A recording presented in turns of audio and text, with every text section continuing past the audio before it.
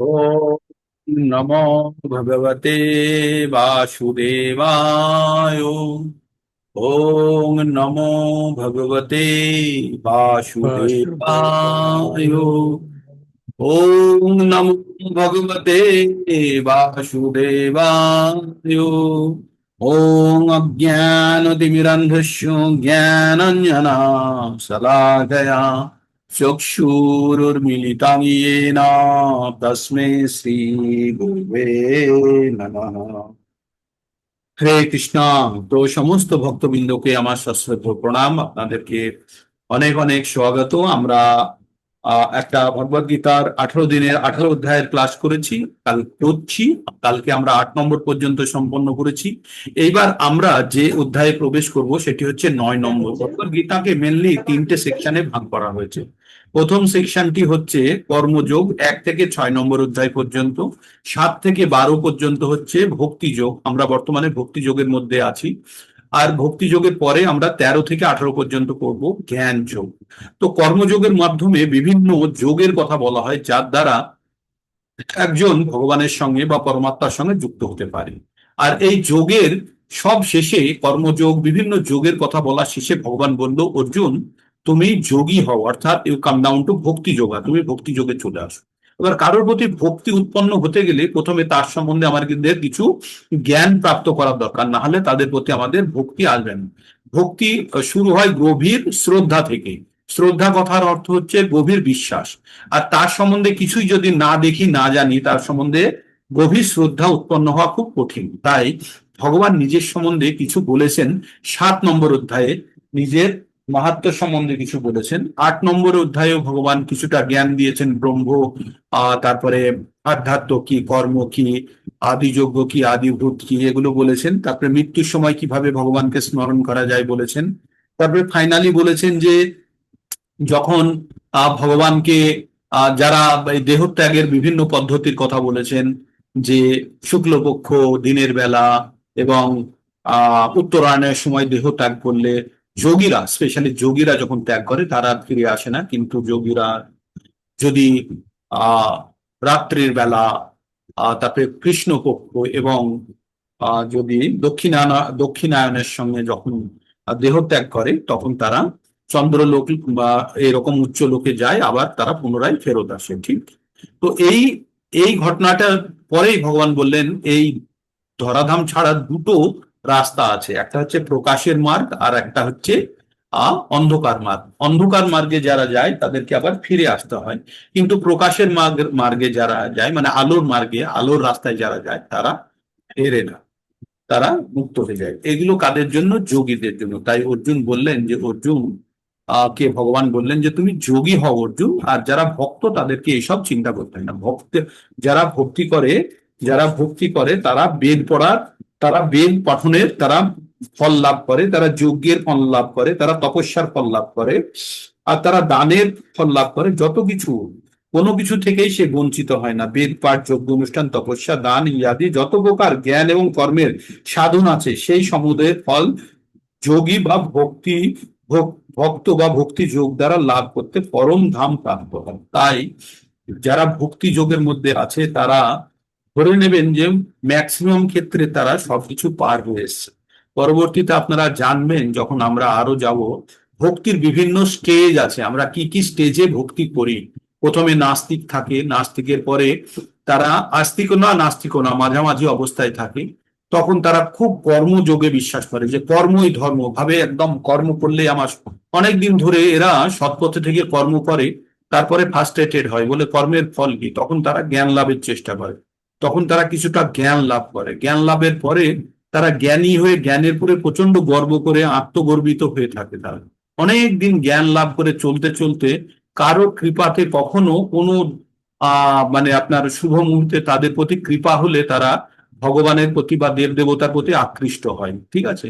Specially Durga মাতা বা কালী মাতার প্রতি আকৃষ্ট হয়। অনেকদিন যখন দুর্গা মাতা বা কালী মাতার সাধনা করে, ভক্তি করে, তখন মাতা খুব সন্তুষ্ট হয়। হ্যাঁ, মাতা সন্তুষ্ট হয়ে আমরা যেগুলো চাই মাতাজিরা দিতে থাকেন, তখন আরো বা দেবতাদের বা মাতা দুর্গা কালী স্পেশালি তার প্রতি আরো ভক্তি বেড়ে যায়, তখন আমরা তার প্রতি খুবই একনিষ্ঠ হয়ে যাই। ধীরে ধীরে মাতাজি আবার শিবজির কাছে ট্রান্সফারের মতো চলে, ঠিক আছে, যে আপনার ভক্তির ট্রান্সফারটা তারপরে শিবজির কাছে চলে আসে। শিবজি পর্যন্ত যখন ভক্তি এসে গেছে তখন জানবেন আপনার নিষ্ঠা অনেক প্রবল হয়ে গেছে। মা কালীর কাছেও প্রবল থাকে, মা কালী কিন্তু ধীরে ধীরে শিবজির কাছে দিয়ে দেন। যখন আপনি শক্তির আরাধনা করতে করতে যদি ভক্তির আরাধনার মধ্যে ঢুকতে চেষ্টা করেন, প্রথমে মা কালীর কাছে আপনি কিছু চাওয়ার জন্য, আমরা সাধারণত দেব দেবতাদের পুজো করি কিছু চাওয়ার জন্য, কিন্তু চাইতে চাইতে যখন আমরা ভক্তি চাইতে শুরু করি তখন কিন্তু আস্তে আস্তে শিফটিং শুরু হতে থাকে, তখন দেবদেবতা থেকে দেবদেবতা তখন কিন্তু পরবর্তী পর্যায়ে দিয়ে যায়। তো মা কালী ফাইনালি শিবজির কাছে দেয়, আর শিবজি, তার নাম হচ্ছে আশুতোষ, সে অল্পতেই সন্তুষ্ট। তার কাছে ভৌতিক জিনিস আমরা চাইলেও পেয়ে যাব, আবার আধ্যাত্মিক জিনিস পেলেও পাবো। যখন তার কাছে আমরা পরম চাওয়া চাইতে থাকি, মুক্তি চাইতে থাকি, বা আমরা যখন চাই যে আমরা আমাদের পরম গতি হোক, তখন শিবজিও খুব সন্তুষ্ট হয়। তখন শিবজিও বলে যে আমার মতো তোমরাও ভগবানের ভক্তি করো। তাহলে ভগবান কে? ভগবান শিবজিকেও আপনি ভগবান বলতে পারেন, কিন্তু শিবজি যার ভগবান, শিবজি যার পুজো করেন তিনি হচ্ছেন ভগবান, তিনি হচ্ছেন কৃষ্ণ বা রাম। শিবজিও সবসময় দেখবেন যোগ মুদ্রায় থাকে, তিনি কার ধ্যান করছেন? তিনি সবসময় রাম রাম জপ করছেন। ঠিক আছে, তাই বিভিন্ন সময় শিবজি বা ব্রহ্মাজি তার শিষ্যদেরকে বা তাদের ভক্তদেরকে বিভিন্ন সময়ে বিভিন্ন ধরনের বরদান করেছেন। হ্যাঁ, বরদান করেছেন, কিন্তু কাউকে তিনি আহ অমর দান করতে পারেননি, অমর বরদান করতে পারেননি। না ব্রহ্মাজি হিরণ্যকশিপুকে বাঁচাতে পেরেছিলেন, না শিবজি তার পরম ভক্ত রাবণকে বাঁচাতে পেরেছিলেন। ঠিক আছে, তো এইভাবে তারা ভক্তি দিতে পারেন, তাই আমাদেরকেও ভগবান বা শিবজিকেও আমরা ভগবান বলি, তিনিও কিন্তু আমাদের পরম ভক্তির জন্য আমাদেরকে রেকমেন্ডেশন দেন। তো আপনাদের মধ্যে যদি কেউ কৃষ্ণ ভক্তিতে এসে থাকেন, তার ব্যাকগ্রাউন্ড দেখবেন, তারা প্রথমে হয় এই জীবনে না হলে কোনো না কোনো জীবনে তাদের বেশিরভাগ সময় তারা এই স্টেজগুলোর মধ্যে দিয়ে এসেছে, নাস্তিক, কর্মযোগী, আর তারপরে আস্তিকতা, তারপরে দেবী মায়ের আরাধনা, শিবের আরাধনা, এবং ফাইনালি যদি কেউ কৃষ্ণ ভক্তিতে এসে থাকে তারপরে আর কোনো ভক্তির জায়গা থাকে না। This is the last stage. Even Devi Durga এবং পার্বতীর মধ্যে যখন কথোপকথন হয়, কথোপকথনের মধ্যে অনেক জায়গাতে উল্লেখ আছে যে সব থেকে ভালো হচ্ছে ভক্তের সেবা করা, মানে দেবতা ভগবানের সেবা করা। আবার কখনো কখনো বলেছে ভক্তে ভগবানের সেবা করার থেকেও ভালো যদি কেউ তার ভক্তের সেবা করে। তো এইভাবে বিভিন্ন ভাবে বিভিন্ন ডিসকাশনের মধ্যে দিয়ে আমরা যাব। তো আমরা এখন যেটা জানতে চাইবো, আমরা যেটা যাব সেটা হচ্ছে পরম গোপনীয় জ্ঞানের মধ্যে যাব আমরা, পরম গোপনীয় জ্ঞান। এবার আমরা 8টি অধ্যায় আমরা সম্পন্ন করেছি, ভক্তি যোগের 2টো অধ্যায় শেষ করেছি। ভগবদ গীতার 18টি অধ্যায়কে যদি আমরা সম্পূর্ণ আধা করি, একদম যদি মধ্য ভাগটা নিই তাহলে কোন জায়গাটি আসবে? একদম যদি মাঝখান থেকে যদি ভাগ করি ভগবদ গীতা, তাহলে কোন নম্বর অধ্যায়টি আসবে? হম, বলুন, আনমিউট করে বলুন কোন অধ্যায়টি আসবে একদম মাঝের জায়গাটা হলে? নবম অধ্যায় আসবে। 9 নবম এবং নবম অধ্যায়। 9-10। নবম অধ্যায়ের শুরু আর দশম অধ্যায়, এই নবম অধ্যায়ের 9-10। শেষ আর দশম অধ্যায়ের শুরু। আর একটা জায়গা যদি নিতে হয় তাহলে 9-এর শেষ 10-এর শুরু, তাই না? একটা হ্যাঁ। জায়গা একটা যদি নিতে হয়, তো আমরা মোটামুটি 9 নম্বর অধ্যায়কে বলছে পরম গুহ্য জ্ঞান। গুহ্য মানে হচ্ছে গোপনীয়, হ্যাঁ, গোপনীয় জ্ঞান। আমরা কোনো গোপনীয় জিনিস কোথায় রাখি? আমরা সব সময় বললাম না, 10 টাকার নোট বাচ্চাকে দিয়ে দিন, ফট করে বইয়ের পাতা খুলে ভিতরে ঢুকিয়ে দেবে, তাই না, মাঝখানে, যাতে উপরেও না নিচেও না। হ্যাঁ, তেমনি ভগবদ গীতার পরম গোপনীয় জ্ঞান ভগবদ গীতার মাঝখানে রাখা আছে। তার জন্য আগে ক্ষেত্র প্রস্তুত করা হয়েছে, 1 থেকে 6 নম্বর অধ্যায় পর্যন্ত আপনাদের আর ধৈর্যের সীমা টেস্ট করা হয়েছে, ছোট ছোট জ্ঞান দিয়েছে, কিন্তু ধৈর্যের পরীক্ষা নিয়েছে। অনেক নিরস টাইপের ছিল না 4, 5, 6 নম্বর অধ্যায়গুলি, খুব বুঝতে কষ্ট, কিছু কিছু জায়গাতে ইন্টারেস্টিং ছিল কিন্তু বেশিরভাগই একটু শক্ত শক্ত ছিল। তো এইভাবে আমাদের ধীরে ধীরে ধীরে প্রত্যেকটা মুহূর্তে আমাদের রস খুঁজে বার করতে হবে, তখনই আমরা কানেক্ট হয়ে থাকতে পারবো, না হলে আমরা ইন্টারেস্ট হারিয়ে ফেলবো। 9 নম্বর অধ্যায়ে ভগবান এবার পরম গোপনীয় জ্ঞান দেবেন। তাহলে যদি আমরা সব থেকে গোপন জায়গাটা যদি হিট করতে চাই, কোন জায়গাটা হবে? 9-এর শেষ 10-এর শুরু, ঠিক? 10-এর শুরু। হ্যাঁ, 10-এর শুরু আর 9-এর শেষ সব থেকে গোপন জায়গাটা থাকবে। তার মানে আমরা গোপন গোপন সব থেকে গোপন জায়গার মধ্যে এবার প্রবেশ করছি। এবার ভগবান অর্জুনকে বলছে, কি বলছে? শ্রী ভগবান উবাচ ইদম তু তে গুহ্যতমম প্রবক্ষ্যাম্যনু সুয়াবে জ্ঞানং বিজ্ঞান সহিতং যজ্ঞাতা মুক্ষসে শুভাত। এরকম কথা কিন্তু 7 নম্বর অধ্যায় শুরুতেও বলেছিল, মনে আছে? 7 নম্বর শুরুতে ভগবান কি কথা বলেছিল? ময়্যাসক্তো মনোপার্থ যোগং যুঞ্জান মদাশ্রয়া অসংশয়ং সমগ্রং মাম যথা যস্যসি তৎসনু। ভগবান বলেছিল না যে তোমাকে আমি আসক্ত চিত্ত হয়ে আমাকে মনোনিবেশ পূর্বক যোগ অভ্যাস করলে সংশয় মুক্ত হয়ে তুমি আমাকে জানতে পারবে। আর এখানে কি বলছে? অর্জুন তুমি নির্মৎসর, নির্মৎসর মানে যার মধ্যে কোনো ঈর্ষা নেই। আমরা কোনো গোপন কথা কাকে বলি? হ্যাঁ, আমাদের গোপন কথা আমরা কাকে বলি? আমাদের সব থেকে যে প্রিয় ব্যক্তি তাকে তো আমরা যাকে তাকে তো বলি না, বলি আমরা যাকে তাকে বলি না। তো আমাদের প্রিয় ব্যক্তিকে আমরা গোপন কথা বলি। তাই ভগবান বলছে অর্জুন তুমি নির্মৎসর, নির্মৎসর মানে যার মধ্যে ঈর্ষা নেই। আপনার প্রতি যদি কেউ ঈর্ষা করে তাহলে আপনি কি তাকে গোপন কথা বলবেন? বলবেন না। আচ্ছা, আমরা এই অধ্যায়ে কি কি পড়বো আপনাদের আগে বলে দিই, হ্যাঁ, আপনাদের মাইন্ডসেটটা তৈরি হয়ে যাক। ঠিক, এই অধ্যায়ে 34টি শ্লোক আছে। হ্যাঁ, 34টি শ্লোক আছে। এই অধ্যায়ের নাম হচ্ছে গোপন রাজবিদ্যা, রাজগুহ্যম পবিত্র ইদম। এটা হচ্ছে রাজ রাজগুহ্য যোগ, মানে রাজবিদ্যা, রাজবিদ্যা গোপনীয়, সব থেকে গোপনীয় অংশ। আর রাজবিদ্যা রাজগুহ্য, গুহ্য বাংলায় বললে গুহ্য বলবো, আর সংস্কৃতে বললে গুহ্য। তো আমরা মোটামুটি গুহ্যই ব্যবহার করি বেশিরভাগ, কারণ সংস্কৃত আর বাংলার সাথে যেন মিক্সটা না।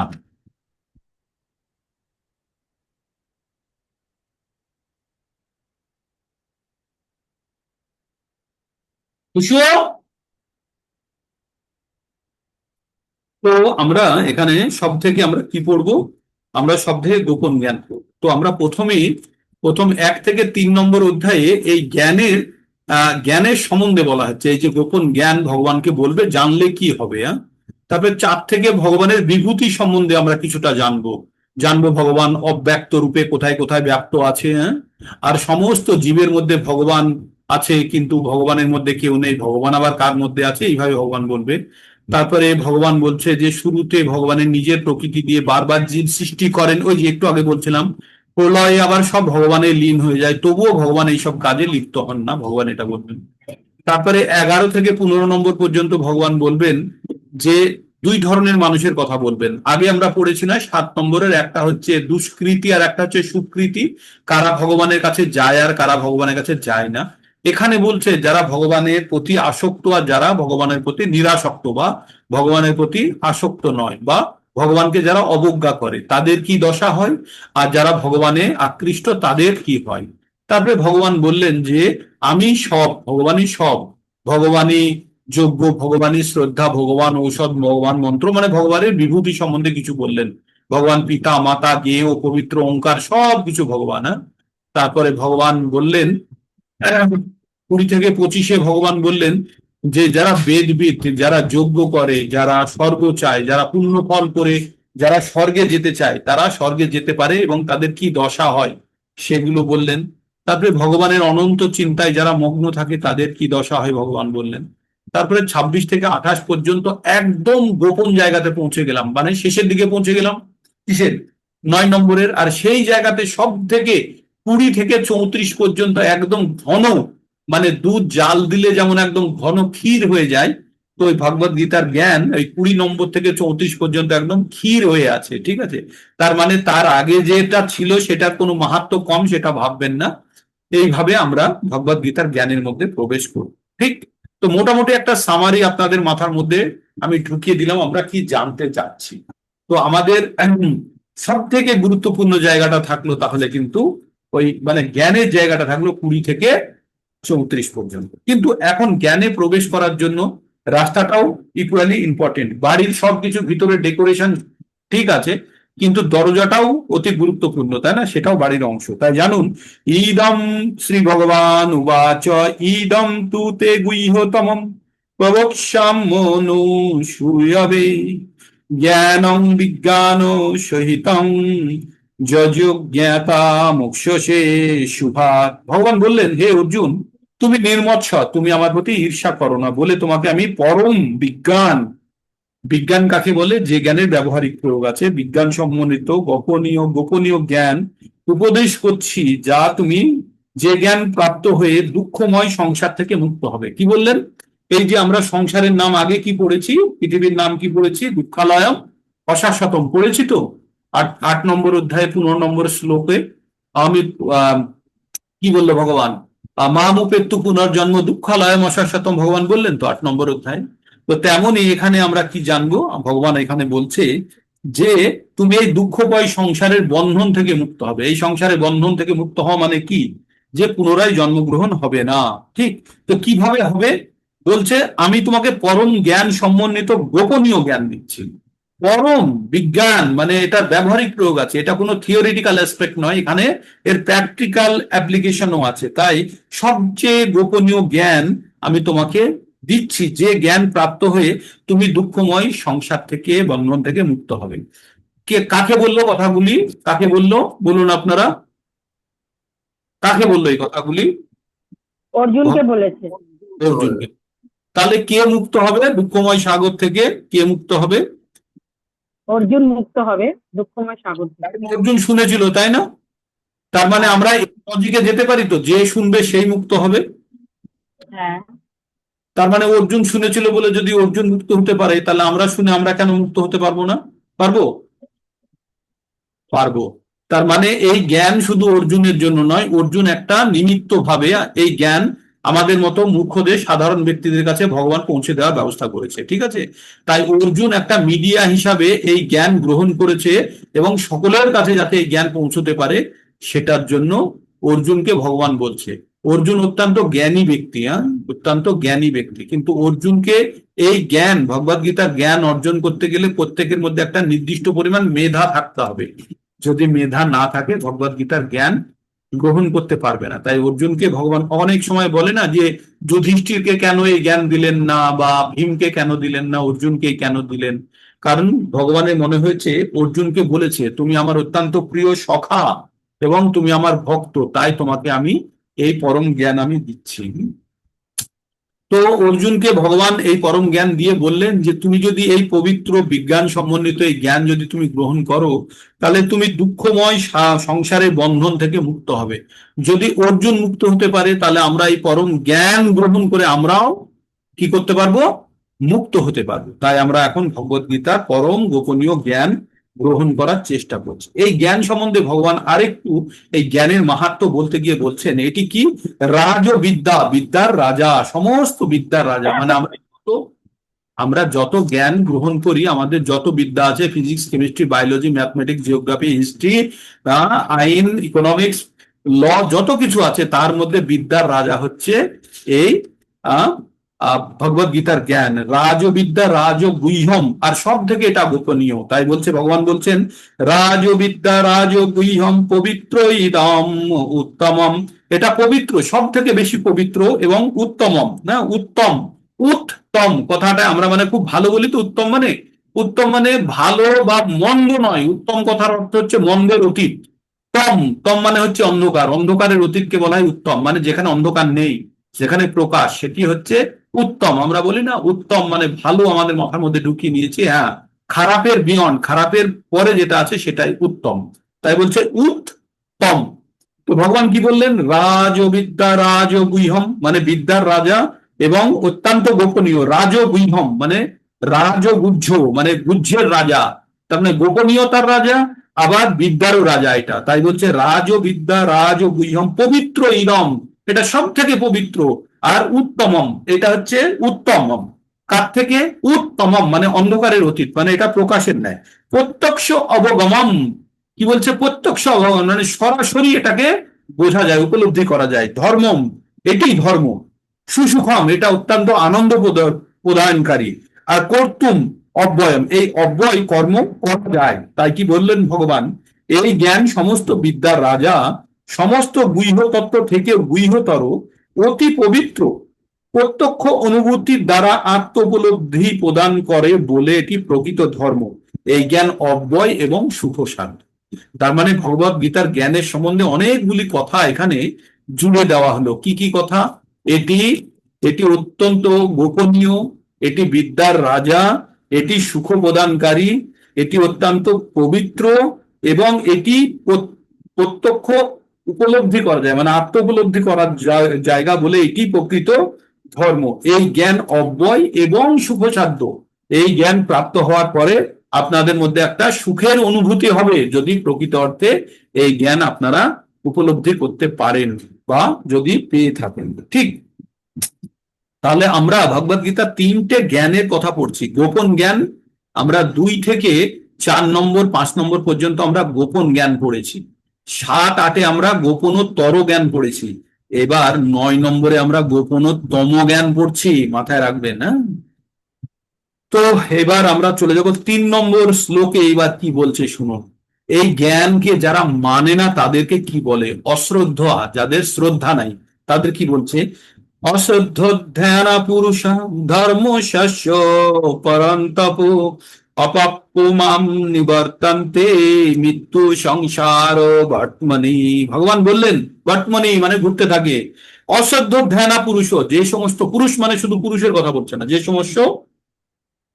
যে সমস্ত জীব, বিশেষ করে মনুষ্য, যাদের শ্রদ্ধাহীন, যারা শ্রদ্ধা নেই, যারা বলছে অশ্রদ্ধ ধ্যানা পুরুষ ধর্মশাস্য পরন্তপ, যাদের মধ্যে ধর্মের উন্মেষ হয়নি, তাদের মধ্যে ধর্ম জিনিসটা সম্বন্ধে যাদের কোনো ভক্তি নেই বা তাদের মনের মধ্যে শ্রদ্ধা নেই, তাই বলছে অশ্রদ্ধ ধ্যানা পুরুষ ধর্মশাস্য পরন্তপ অপ্রাপ্যমাম, আমাকে পেতে পারে না, নিবর্তন্তে ঘুরতে থাকে। হ্যাঁ, মৃত্যু সংসার বর্তমানে, আর মৃত্যু সংসার মানে জন্ম মৃত্যুর চক্রে আবদ্ধ থাকে। তার মানে কি বললো? যাদের ভগবানের প্রতি শ্রদ্ধা নেই, যারা ভগবানে বিশ্বাস করে না, যারা ভগবত ভক্তিতে যাদের শ্রদ্ধা উদিত হয়নি, তারা ভগবানকে লাভ করতে পারে না। তারা এই জড় জগতে জন্ম মৃত্যুর চক্রে বারবার কি করে? ফিরে আসে। তাই কি বললেন ভগবান? অশ্রদ্ধ ধ্যানা পুরুষম ধর্ম শস্য পরন্তপ অপাপ্যমাম নিবর্তন্তে মৃত্যু সংসার বর্তমানি। তার মানে এখানে কি দাঁড়ালো কথাটা? যাদের মধ্যে শ্রদ্ধা নেই, যাদের মধ্যে ভক্তি নেই, ভগবানের প্রতি ভক্তি নেই, তারা কখনো ধর্মের পথে আসতে পারে না। আর যদি তারা ভগবানকে প্রাপ্ত করতে পারে না, আর ভগবানকে যদি না প্রাপ্ত করে, তাহলে বারবার কি হবে? তারা এই জন্ম মৃত্যুর চক্করে তারা বারবার ঘুরতে থাকবে। না, তারা এই জন্ম মৃত্যুর চক্করে বারবার ঘুরতে থাকবে। তো জন্ম মৃত্যুর চক্করে ঘোরা ভালো নাকি? না কি এটা মোটেই ভালো নয়। বারবার জন্মগ্রহণ করা, জন্ম মৃত্যু জরা ব্যাধি আদি ভৌতিক আদি আত্মিক আর আদি দৈবিক, এই 7 প্রকার সমস্যা। জন্মতেও কষ্ট, তারপরে জরা বৃদ্ধ হয়ে গেলেও কষ্ট, তারপরে ব্যাধি হলেও কষ্ট, আর তারপরে মৃত্যুর সময় তো সর্বোপরি কষ্ট আছে। আর এছাড়া জীবিত অবস্থায় আমরা 3টে কষ্ট ভোগ করি। আদি আত্মিক মানে শরীরে কষ্ট হলে আমি ভোগ করি, মনে কষ্ট হলে আমি ভোগ করি, আমার শরীরে ব্যথা যন্ত্রণা, আমি যদি আমার ভাইকে বলি তুই যা বিছানায় হসপিটালের বেডে গিয়ে শুয়ে পড়, ইঞ্জেকশন নিয়ে, আমার জন্য হবে না, আমাকেই নিতে হবে, আমার কষ্ট আমাকে সহ্য করতে হবে। আদি ভৌতিক পড়োশি কেউ ঈর্ষা করলো, কেউ ঝামেলা করলো করে রাস্তা থেকে ইট মেরে আমার কাঁচ ভেঙে দিল, আমার দেওয়াল ভেঙে দিল, আমার একটা গাছ কেটে দিল, আমি কিছুই করতে পারলাম না, আদি ভৌতিক।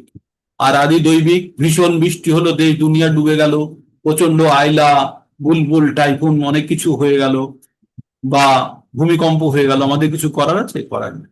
তো এইগুলো আমাদের সব ভোগ করতে হবে। কখন?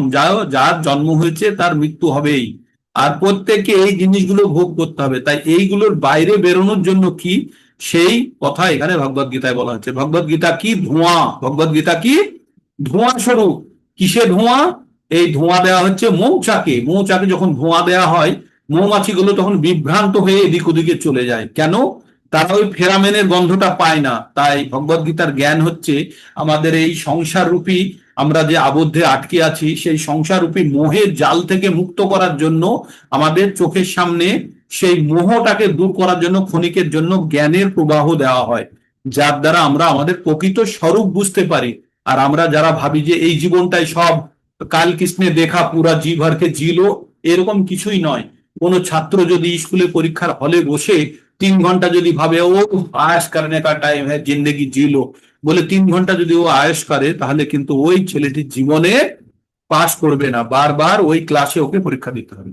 তো লাইকওয়াইজ আমাদের মনুষ্য জীবন অত্যন্ত গুরুত্বপূর্ণ। আর এখানে যদি আমাদের মধ্যে শ্রদ্ধা না থাকে, আমরা যদি ভগবত ভক্তি না করি, বারবার আমরা এই জন্ম মৃত্যুর চক্রে আবর্তিত হতে থাকবো, আর বিভিন্ন সময়ে বিভিন্ন রকমের আমরা শরীর ধারণ করব, বিভিন্ন ধরনের প্রজাতিতে জন্ম করব, কখনো কুকুর, কখনো শিয়াল, কখনো ভেড়া, গরু, মোষ, গাছপালা, বিভিন্ন ধরনের শরীর প্রাপ্ত করে শেষে যদি আমাদের সুকৃতির বলে বা পূর্ণ চক্র যখন 84 লক্ষর আবর্তিত হবে, তখন আবার মনুষ্য জীবন পাওয়া যেতে পারে পর্যায়ক্রমে বা উন্নতি ক্রমে। ঠিক, এসে যদি আবার মনুষ্য জীবনকে আবার যদি ঠিকভাবে ব্যবহার না করতে পারি, আবার আমরা আবর্তে ঘুরতে থাকবো। তো এইভাবে আমাদের আবর্তন চলতে থাকবে। তাই বলছে যারা অব্যক্ত রূপে আমি সমস্ত না, তাই বলছে যাদের শ্রদ্ধা উদ্ধৃত হয়নি, সেই যাদের ভক্তিতে ভগবানের প্রতি ভগবত ভক্তিতে যাদের শ্রদ্ধা উদিত হয়নি, তারা ভগবানকে লাভ করতে পারে না। আর তারা বারবার এই জড় জগতের জন্ম মৃত্যুর চক্রে আবদ্ধ হয়ে ফিরে আসে। তাহলে জন্ম মৃত্যুর চক্রে আবদ্ধ হয়ে থাকা ভালো না খারাপ? আপনারা বলুন, ভালো না খারাপ? ভালো না খারাপ? খারাপ। ভালো। ভালোই তো আছি, আছে, স্ত্রী, পুত্র, স্বামী, সংসার সবাই আছে, সবাইকে নিয়ে খাচ্ছি, ঘুমোচ্ছি, আনন্দ করছি, এর থেকে আর কি চাই? ভালোই তো আছি। এটা ভালো না এর থেকেও ভালো? আমরা এখন চিটেগুড় খাচ্ছি, মিশ্রি পেলে আর তখন আর চিটেগুড় ভালো লাগবে না। পেয়ারা খেয়ে মিষ্টি ভাব পাচ্ছি, আর ভাবছি পেয়ারা কত মিষ্টি, যে রসগোল্লা খেয়ে ফেলবেন তখন কিন্তু পেয়ারার মিষ্টতা আপনার কাছে ঠুনকো মনে হবে। তাই যখন কেউ আধ্যাত্ম জ্ঞান অর্জন করে নেয়, আধ্যাত্ম অনুভূতিতে যখন কেউ মগ্ন হয়ে পড়ে, যখন কেউ আধ্যাত্ম অনুভূতির দ্বারা সুখ লাভ করে, তখন তার জড়জগতিক যে এই সংসাররূপী যে ভোগ বা আনন্দের জায়গাটা তার কাছে খুব ঠুনকো হয়ে যায়। তখন তার কাছে, তাই আমরা 59 নম্বর শ্লোকে পড়ে এসেছি, বিষয় বিনির্বর্তন্তে নিরাহারস্য যোগ দেহিনাম রসবর্জং রসপহস্য পরম দৃষ্টা নিবর্ততে। উচ্চতর স্বাদ পেয়ে গেলে নিম্নতর স্বাদের প্রতি আর আকর্ষণ থাকে না। তো এখানে ভগবান তাই বললেন যে জন্ম মৃত্যুর চক্রে আবদ্ধ হয়ে থাকে কারা? যাদের ভগবানের প্রতি ভক্তি উৎপন্ন হয়নি, যারা ভগবানের জন্য যাদের মনের মধ্যে কোনো শ্রদ্ধা নেই, যারা ভাবে কাজ করবে খেতে হবে, ভগবান আমাকে খেতে দেয় না। অনেকে বলে না, কাজ না করলে ভগবান এসে খেতে দিয়ে যাবে। কাজ করার পরেও যেটা পাচ্ছে সেটাও ভগবানের দেওয়া। তাই ভগবানকে অস্বীকার করার কোনো জায়গা নেই। আমরা যদি ভাবি যে কাজ করলে ভগবান খেতে দেবে, কাজ করলেও ভগবান চাইলে আপনাকে খেতে নাও দিতে পারে। আমার একটা ছোট অভিজ্ঞতা আছে। আমি একবার গুজরাট থেকে ফিরছিলাম, রাজস্থানে যাব। তো গুজরাট থেকে যখন রাজস্থানে ফিরছিলাম, তখন যে ট্রেনে ফিরছিলাম, ফিরতে ফিরতে সেই ট্রেনটি একটু লেট হয়ে গেছিল। ট্রেনটি লেট হওয়ার জন্য কি হলো, আর একটা কানেক্টিং ট্রেন দিল্লি থেকে যেটা ছিল সেটা চলে গেছে। তাহলে এবার আমি রাজস্থানে যাব দিল্লি থেকে, আর আমি কোথায় থেকে ফিরছি? গুজরাট থেকে ফিরছি। তো যেতেই ছুটে এসে একটা নর্মাল ট্রেন ধরলাম, যে ট্রেনটা আমাদের ট্রেন সকাল 9টায় আসার কথা ছিল, সেই ট্রেনটি 1:30টায় এসে পৌঁছলো। আর তখনই 1:50-এ আর একটা ট্রেন অন্য প্ল্যাটফর্ম থেকে রাজস্থানের জন্য ছাড়বে। তো সেটাতে তো রিজার্ভেশন নেই, খুব ছুটে গেলাম, দৌড়ে কোনোভাবে জেনারেল কম্পার্টমেন্টে উঠলাম। আর এত ভিড় না, সে কোনো রকমের জেনারেল কম্পার্টমেন্টের উপরের দিকে ওই যে নর্মাল যেখানে জিনিসপত্র রাখা থাকে সেইখানে গিয়ে বসলাম। এবার জিনিসপত্র ব্যাগ ট্যাগ আছে, সেই সব ব্যাগ নিয়ে কোন রকমে বসেছি, কেউ চেনা নেই জানা নেই, একা। এইবার এইবার সকাল 9টার সময় ট্রেন ঢোকার কথা ছিল, সেই জন্য ট্রেনে কিছু খাইনি, দুপুরেও কিছু খাওয়া হয়নি। এবার দৌড়ে গিয়ে ট্রেনে উঠেছি। এবার ট্রেনে তার মানে পুরো দিনই তখন 1:40 পর্যন্ত। এবার ট্রেন থেকে নামলেই জায়গাটা আর আমি উঠতে পারবো না, কারণ এত ভিড় যে আমি আর ওখানে যেতে পারবো না, আর জিনিসপত্র রেখে বাইরেও বেরোতে পারবো না। রাত্রি 10টার সময় যখন ভাটিন্ডাতে পৌঁছলাম, তখন ওই ভাটিন্ডাতে গিয়ে ওদিকে পুরি পাওয়া যায়, বারবার ভাজে, ওই একই পুরিকে বারবার ভাজে, ভেজে আপনাকে গরম দেখায়, মানে 10 বার ভেজে ফেলে। তো ওই ভাজা, আর আমাদের যেমন এখানে ময়দার হয়, ওখানে আটার হয়। আর ছোলার ছোলার ঘুগনির মতো করে বানানোর চেষ্টা, কিন্তু তেলে মানে সিদ্ধ করেছে ছোলাকে, আর লঙ্কা টঙ্কা দিয়েছে, বাস কোনো মশলা টশলা না। তো ওই খাচ্ছি কটার সময়? 10টার সময়। তার মানে আমার কাছে কি টাকা ছিল না? আমি কি খেতে পারতাম না? কিন্তু না, পরিস্থিতি কি, আমাকে কিন্তু কোনো অবস্থাতেই, তার মানে আমি যদি ভাবি আমার কাছে টাকা আছে আমি খেতে পাবো, এটা সব সময় নয়। কখনো কখনো আমাদের পরম ঈশ্বরের উপরে বিশ্বাস করতে হবে যে সে যদি আমার ক্যালকুলেশন না বানায়, তাহলে আমার জন্য কোনো খাদ্য নেই, সেটা আমার কন্ট্রোলের বাইরে। তাই আমরা যদি ভাবি যে আমি টাকা ইনকাম করছি, আমি খাচ্ছি, আমি টাকা ইনকাম করে এই টাকা দিয়ে বাড়িতে বসে ভাত তৈরি করি, তো চাল না কিনে হবে? হবে না। তাই কখনো কখনো আমাদের অধ্যত্ব বা আমরা যেটাকে আমরা বলি আমি করেছি, সেখান থেকে বেরিয়েও কারোর কৃপা আছে যার দ্বারা সবকিছু চলছে তার স্বীকৃতি দেওয়াই মনে হয় বুদ্ধিমানের কাজ। হ্যাঁ, একটু জল খেয়ে নিই।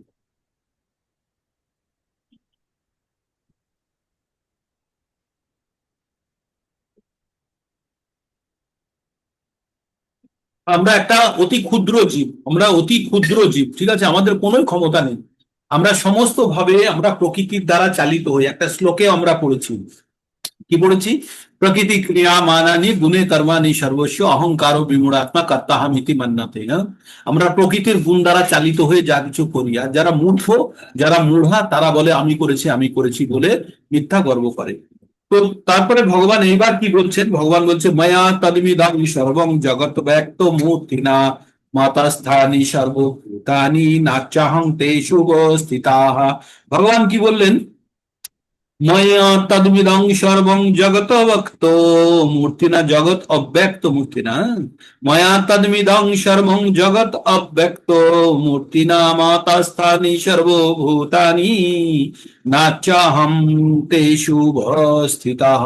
ভগবান বললেন অব্যক্ত রূপে। আচ্ছা, ব্যক্ত আর অব্যক্ত মানে কি? এই যে আমরা বিগ্রহ রূপে দেখছি, এটা ব্যক্ত রূপ। আর অব্যক্ত রূপ মানে ভগবান হাওয়ার মতো সমস্ত জায়গাতে ছড়িয়ে আছে। আপনি ভাবুন তো, হাওয়াকে আপনি একটা আপনার সিলিন্ডারের মধ্যে আপনি গ্যাস এনেছেন, এনে ওই গ্যাসটাকে যদি খুলে দিন, ওই গ্যাসটাকে আপনি বলতে পারবেন কতখানি কি অবস্থায় ছড়িয়েছে? সমগ্র জায়গাতে ছড়িয়ে যাবে। তাই ভগবান যখন অব্যক্ত রূপে থাকে, তাই সব জায়গাতে, প্রত্যেকটা জায়গাতে ভগবান ব্যক্ত হয়ে থাকে। তাই আমরা পরবর্তীতে যখন পড়বো, যখন নিরাকার ব্রহ্ম আর সাকার ব্রহ্মের কথা পড়বো, তখন আমরা জানতে পারবো যে অব্যক্ত রূপে থাকলে ভগবানের ইন্দ্রিয় সমূহ কোথায় থাকে, হাত পা পানি পাদ আঁখ চোখ কান কোথায় থাকে ভগবানের? সব জায়গাতে বিস্তৃত, আবার কোন জায়গাতে সীমাবদ্ধ নেই। তাই একজনের সঙ্গে কথা হচ্ছিল, নিরাকার ব্রহ্মে বিশ্বাসী, সে বলছে তোমরা বিগ্রহের মধ্যে ভগবানকে কিভাবে সীমাবদ্ধ করো?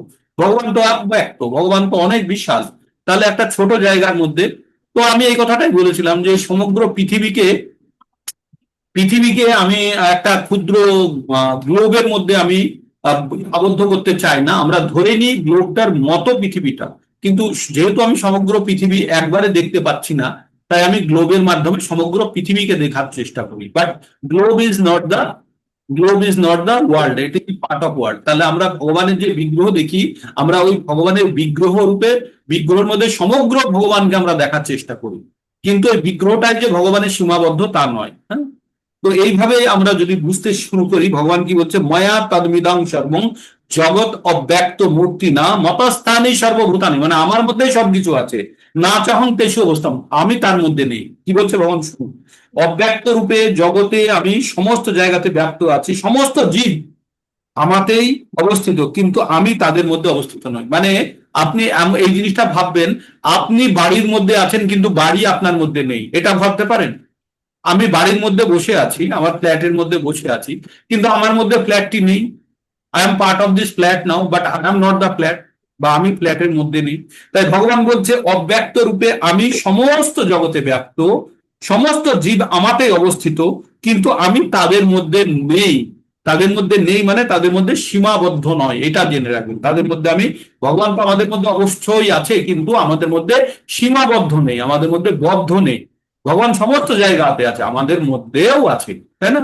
যদি আমি বলি আমি ফ্ল্যাটের মধ্যে আছি, আর আমি আমার মধ্যে ফ্ল্যাট নেই বললে ভুল হবে, কারণ ফ্ল্যাটের কিছুটা জায়গা হলেও আমি দখল করে আছি, সেই জায়গাটা তো ফ্ল্যাটেরই, তাই বলতে পারি। তাই ভগবান বলছেন যে আমি অব্যক্ত রূপে সমস্ত জগতে ব্যক্ত হয়ে আছি, সমস্ত জীব আমাতেই অবস্থিত, কিন্তু আমি তাদের মধ্যে অবস্থিত নই, মানে সীমাবদ্ধ নই। ভগবান আছেন কিন্তু আমাদের মধ্যে সীমাবদ্ধ নয়, বদ্ধ নেই, ভগবান মুক্ত। ঠিক এই পর্যন্ত বোঝা গেল। তারপরে ভগবান বলছে না চ মত স্থানী ভূতানি পশ্য মে যোগমশ্বরম ভূত ভিন্ন চ ভূতস্থ মমাত্মা ভূত ভাবনা। ভগবান বললেন যে যদি সবকিছু আমারই সৃষ্ট, মানে ভগবানই তো সবকিছু সৃষ্টি করেছে, তবুও তারা আমাতে অবস্থিত নয়, তবুও তারা, মানে এইবার আবার ভগবান আমাদেরকে সৃষ্টি করেছে, তাহলে আমরা বলতে পারি না আমরা ভগবান? মানে আমরা কি আমরা বলি আমরা ভগবানের অংশ, ঠিক আছে, কিন্তু আমরা ভগবান নয়। তাই ভগবান বলছে যদিও সবকিছু আমারই সৃষ্ট, তবুও তারা আমাতে অবস্থিত নয়। আমার যোগ ও ঐশ্বর্য দর্শন করো। যদিও আমি সমস্ত জীবের ধারক এবং আমি সর্বব্যাপ্ত, তবু আমি এই জড় সৃষ্টির অন্তর্গত নয়, কেননা আমি নিজেই সমস্ত সৃষ্টির উৎস। ভগবান বলছে যেহেতু আমি সবকিছু সৃষ্টি করে, আমি এর মধ্যে আমি সীমাবদ্ধ নই, এগুলি আমার অংশ মাত্র। এই যে জগৎ, এটা ভগবানের বহিরাঙ্গা শক্তি। তার মানে এই বহিরাঙ্গা শক্তির মধ্যে ভগবান অ্যাকোমোডেটেড নয়, ভগবান এর মধ্যে সীমাবদ্ধ নয়, ভগবানের এটা অংশ। আপনার আঙুলের ডগাটার মধ্যে আপনি সম্পূর্ণরূপে সীমাবদ্ধ নন। আঙুলের ডগাটা আপনার শরীরের একটি অংশ, ঠিক, কিন্তু আঙুলের ডগাটা আপনি নন, একটা আপনার অংশ মাত্র। তেমনি ভগবান বলছে সবকিছুই আমারই সৃষ্ট, তবুও তারা আমাতে অবস্থিত নয়। আবার মানে আমরা কখনোই ক্লেম করতে পারি না আমরা ভগবান। আবার উল্টো দিক থেকে বলছে যে আমার যোগ ঐশ্বর্য, আমি সমস্ত জীবের ধারক এবং যদিও আমি সর্বব্যাপ্ত, তবুও এই জড় সৃষ্টির অন্তর্গত নয়, কেননা আমি নিজেই সমস্ত সৃষ্টির উৎস। যদি সাপের মুখের বিষের কথা আপনাদের বলেছিলাম, সাপের মুখের মধ্যে বিষ তৈরি হলেও সাপ ওই বিষ দ্বারা আক্রান্ত হয় না। যেমন ভগবান এর আগে 7 নম্বর আমরা পড়লাম, ভগবান কি বললেন, ত্রিভীর গুণময়ীর ভাবই রেভি সর্বমিদম জগৎ মহিতম না অভিজানতি মহিতম। ভগবান বললেন ত্রিভীর গুণময়ীর ভাবই রেভি সর্বমিদম জগৎ মহিতম না অভিজানতি মামেব পরম অব্যয়। তার মানে সমস্ত জগতে 3টে গুণের দ্বারা ব্যাপ্ত হয়ে মানুষ ওখানে মোহিত হয়ে আছে, যদিও তারা জানতে পারে না এগুলো সব আমার দ্বারাই তৈরি, কিন্তু আমি এর দ্বারা এফেক্টেড নই, আমি তার দ্বারা কখনোই প্রভাবিত হই না। এখানেও সেই একই কথা বললেন। তারপরে ভগবান কিভাবে ছড়িয়ে আছে অব্যক্ত রূপে, মানে অব্যক্ত মানে জানবেন, অব্যক্ত মানে একটা বলেছিলাম, অব্যক্ত মানে হচ্ছে প্রধান, সেটা আলাদা। আর এখানে ভগবান বলছে অব্যক্ত মানে অচিন্ত, যেটা আমরা ভাবনা করতে পারি না। যে আপনার হাওয়া কতখানি ছড়িয়ে গেছে আপনারা ভাবতে পারেন, হাওয়া কিভাবে, কারণ দেখতেও পায় না, সেজন্য আমাদের কল্পনাতীত হয়ে যায়। তাই বলছে অব্যক্ত রূপে ভগবান কিভাবে সমস্ত জায়গাতে বিস্তৃত হয়ে আছে, তার ভগবান একটা বর্ণনা দিচ্ছেন। কি বলছে, যথা আকাশ স্থিত নিত্যম বায়ু সর্বত্র গো মহান তথা সর্বাণি ভূতানি মতাস্থানি তুপোধারায়। ভগবান বললেন তুমি অবগত হও হে অর্জুন, তুমি জানো যে মহান বায়ু বাতাস যেমন সমগ্র জায়গাতে বিচরণশীল হওয়া সত্ত্বেও সর্বদা আকাশে অবস্থান করে, বাতাস চলছে ঘুরছে সব জায়গাতেই আছে, তবুও সে আকাশে অবস্থান করে, তেমনি সমস্ত জীব আমাতে অবস্থান করে। মানে আকাশের মধ্যে বাতাস আছে, এই বড় একটা বিশাল জিনিসের মধ্যে বাতাস একটু খানিকটা জায়গা নিয়ে আছে, আবার চলাচল করছে, তেমন সমস্ত জীব তাদের নিজের মতো একটা প্রাণী থেকে আর একটা প্রাণীতে দেহান্তর চলছে, সবকিছু করছে। এই ভগবান বিশাল আকারের সৃষ্টির মধ্যে একটি ছোট অংশ মাত্র। তারপরে ভগবান কি বললেন, সর্বভূতানি কন্তে ও প্রকৃতি ইয়ান্তি মামিকাম কল্পক্ষয়ে পুনস্তানি কল্পাউদো বিসৃজ্য অহম। ভগবান বললেন এইবার কল্পক্ষয় মানে মনে পড়েছে, এক কল্প মানে হচ্ছে একদিন, ব্রহ্মার একদিনকে এক কল্প বলা হয়। ব্রহ্মার একদিন মানে কত ঘন্টা, 12 ঘন্টা। আর 12 ঘন্টা মানে ব্রহ্মার একদিন মানে 432 কোটি বৎসর। এই 432 কোটি বৎসর পরে এই পৃথিবী ধ্বংস হয়ে যায়, কিন্তু ব্রহ্মার যখন দিন শেষ হয়ে যায় তখন সমস্ত জগৎ সংসার সব ধ্বংস হয়ে যায়। আর যখন ধ্বংস হয়ে গেল তখন কি হলো, আপনাদের একটা স্লাইড দেখিয়ে দিই, তাহলে একটু আপনারা আইডিয়া নিতে পারবেন, কারণ এটা পুরো ইমাজিনেশনের মধ্যে যাচ্ছে তো। একটা স্লাইড দেখায়, একটু দেখায়, বেশিক্ষণ দেখালে আবার আরো কনফিউশন হয়ে যাবে। তাহলে এই স্লাইডটা একটু বেশি ভিতরের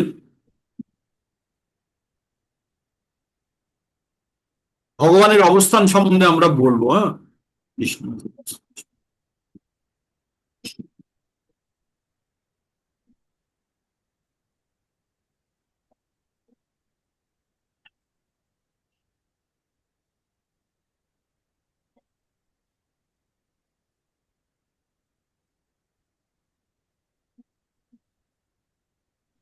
কিছু দেখা যাচ্ছে, কিছু দেখা যাচ্ছে। হ্যাঁ, দেখা তো হ্যাঁ যাচ্ছে। বাবু দেখা যাচ্ছে। আচ্ছা, উপরে লেখা আছে Krishna, cause of all causes, তারপরে তার এক্সপানশন হচ্ছে, তার থেকে হচ্ছে বলদেব। আর বলদেবের আবার 4টে হচ্ছে, বাসুদেব, শঙ্কর্ষণ, প্রদ্যুম্ন আর অনুরুদ্ধ। এবার শঙ্কর্ষণের এক্সপানশন হচ্ছে নারায়ণ, নারায়ণ থেকে আবার চারজন হলো বাসুদেব, শঙ্কর্ষণ, প্রদ্যুম্ন, অনুরুদ্ধ। এবার এই যে শঙ্কর্ষণ হলো, এই শঙ্কর্ষণ থেকে হচ্ছে মহাবিষ্ণু। তারপরে মহাবিষ্ণুর অংশ হচ্ছে গর্ভদাক্ষক বিষ্ণু, আর তার অংশ হচ্ছে ক্ষীরোদাক্ষক বিষ্ণু।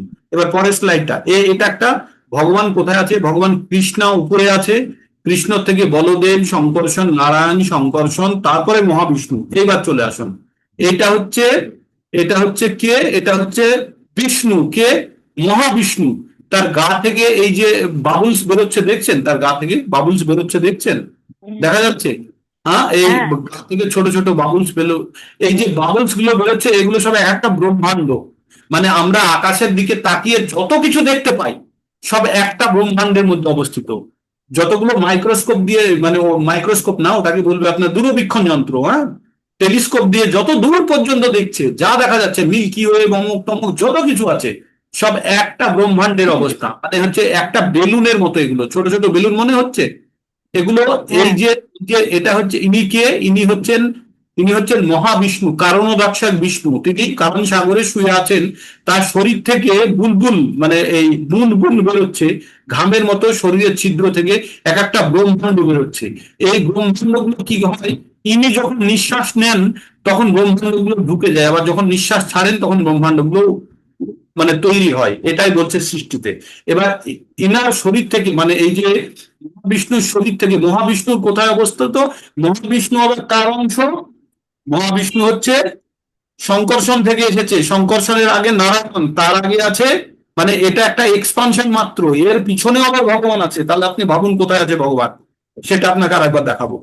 তো এই যে বুলবুল গুলো, বাবুলস গুলো বেরোচ্ছে, এবার একটা বাবুলে গিয়ে দেখায়, হ্যাঁ, একটা বাবুল কেমন হয়। এই ওই যে একটা বাবুল আছে, সেই বাবুলটা এইরকম। এই যে একটা বাবুল দেখছেন তো, ওই যে অনেকগুলো গা থেকে বুদবুদ বুদবুদ বেরোচ্ছিল, বেরোচ্ছিল, গা থেকে অনেকগুলো বুদবুদ বেরোচ্ছিল তো, হ্যাঁ। ওর গা থেকে অনেকগুলো এই যে ছোট ছোট বুন বুন বুন বুন বেরোচ্ছে। ওইটার বাবলস বেরিয়ে। একটার ভিতরে যদি ঢুকে যায়, তাহলে একটার ভিতরে কি আছেন? এইরকম শুয়ে আছেন কে? ইনার নাম হচ্ছে মহাবিষ্ণু। ইনি হচ্ছেন, ইনাকে বলা হয় মহাবিষ্ণু বা গর্ভদাক্ষক বিষ্ণু। ও গর্ভদাক্ষক সাগরে শুয়ে আছেন, তার উপরে অনন্ত শেষ আর লক্ষ্মী দেবী তার পদসেবন করছেন। আর তার নাভি থেকে একটা এরকম রশ্মি বেরিয়েছে, মানে নাল বেরিয়েছে, যার উপরে পদ্মফুল ফুটেছে। আর এই পদ্মের উপরে কে বসে আছেন? ব্রহ্মাজি। ব্রহ্মাজির এখানে চারটে মুখ, তিনটে মুখ দেখা যাচ্ছে। আর এই যে নাভি থেকে কমলটা বেরিয়েছে, সেই কমলের কি কি আছে এবার পরেরটাই দেখুন। এই আছে বিষ্ণু, যাকে দেখছিলেন একটু আগে, গর্ভদাক্ষক সাগরে যে শুয়ে আছে দেখতে পাচ্ছিলেন, তার নাভি থেকে এরকম একটা রশ্মি বা নাল বেরিয়েছে, এখানে ব্রহ্মা আছে। এই যে নাল, মানে বা যা ডান্ডাটা বেরিয়েছে বা নল মতো যেটা বেরিয়েছে, সেই নলটা বিভিন্ন 14 ভাগে ভাগ করা যদি হয়, তাহলে এক একটা লোক পাওয়া যাবে। এই ভূলোক, এটা হচ্ছে পৃথিবী। পৃথিবীর উপরে আছে জনলোক, তপলোক, মহালোক, আহ স্বর্গলোক, এইভাবে বিভিন্ন লোক আছে। আর নিচের দিকে আছে অতল, বিতল, সুতল, তলাতল, রসাতল, মহাতল আর পাতাল। এই 7টি নরকের, মানে পাতাল নিম্নলোক আছে, আর এগুলো হচ্ছে 6টি ঊর্ধ্বলোক আছে। এইবার এখানে বসে আছে ব্রহ্মা। তাহলে ব্রহ্মা কিসের মধ্যে বসে আছে? একটা বাবুলের মধ্যে বসে আছে, তাই তো? আর বসে আছে ব্রহ্মা, বসে আছে একটা বাবুলের মধ্যে। এই দেখেন এখানে কে বসে আছে? দুর্গা দেবী। দেখছেন দুর্গা দেবী বসে আছে। যে বহিরঙ্গা প্রকৃতি, সে কিন্তু এই সৃষ্টির মধ্যে নয়, তিনি এই সৃষ্টির মধ্যে নয়, এই ব্রহ্মাণ্ডের মধ্যে নয়, তিনি ব্রহ্মাণ্ডের বাইরে। আর এইখানে আছে মহাদেব বসে আছেন, ঠিক আছে, ভগবানের রুদ্র অংশ হিসাবে, ঠিক।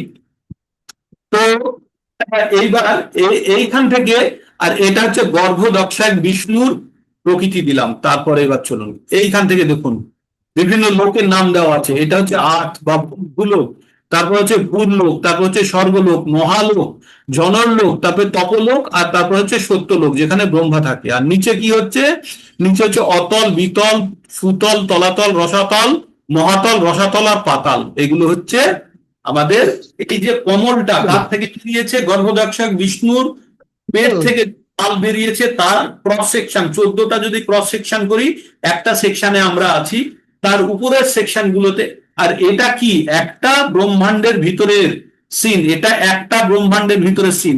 এরকম অসংখ্য কোটি কোটি ব্রহ্মাণ্ড এই বিষ্ণুর শরীর থেকে বেরোচ্ছেন। ইনি কারণোদাক্ষক বিষ্ণু। আর ইনার উৎপত্তি কোথায়?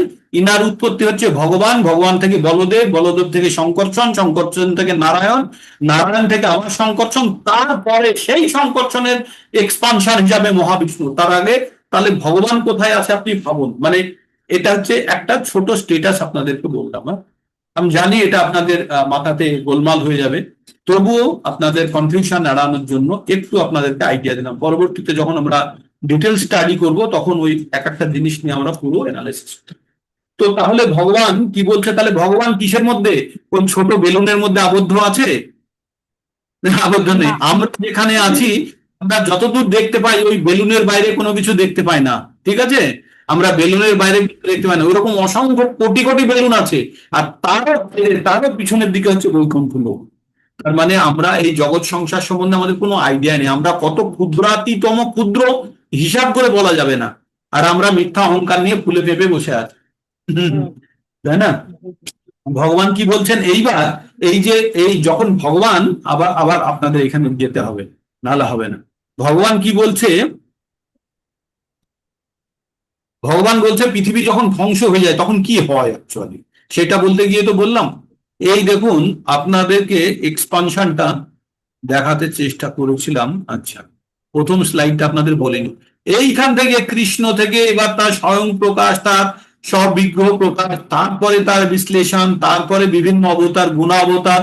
এই যে গুণা অবতার, এখানে শিব, ব্রহ্মা আর বিষ্ণু, এই যে দেখছেন কোথায় এক্সটেনশন, তিনি কোথায় আছেন, তার এক্সটেনশন হতে হতে হতে হতে হতে কোথায় এসে আমরা এখানে পৌঁছেছি। তারপরে মানে এটা অনেক বড় বিস্তৃত জিনিস, ছোট জিনিস নয়। তাই এইখান থেকে আপনারা বোঝার চেষ্টা করুন।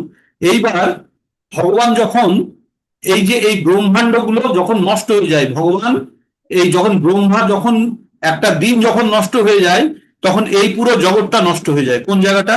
এই জায়গাটা পুরো, এই যে ব্রহ্মা, এই যে বিষ্ণু শুয়ে আছেন, এই পুরো জগৎ সংসারটা ব্রহ্মাণ্ড নষ্ট হয়ে যায়, ব্রহ্মাণ্ডটাই নষ্ট হয়ে যায়। আবার পরবর্তীতে ব্রহ্মাণ্ড কখন হবে?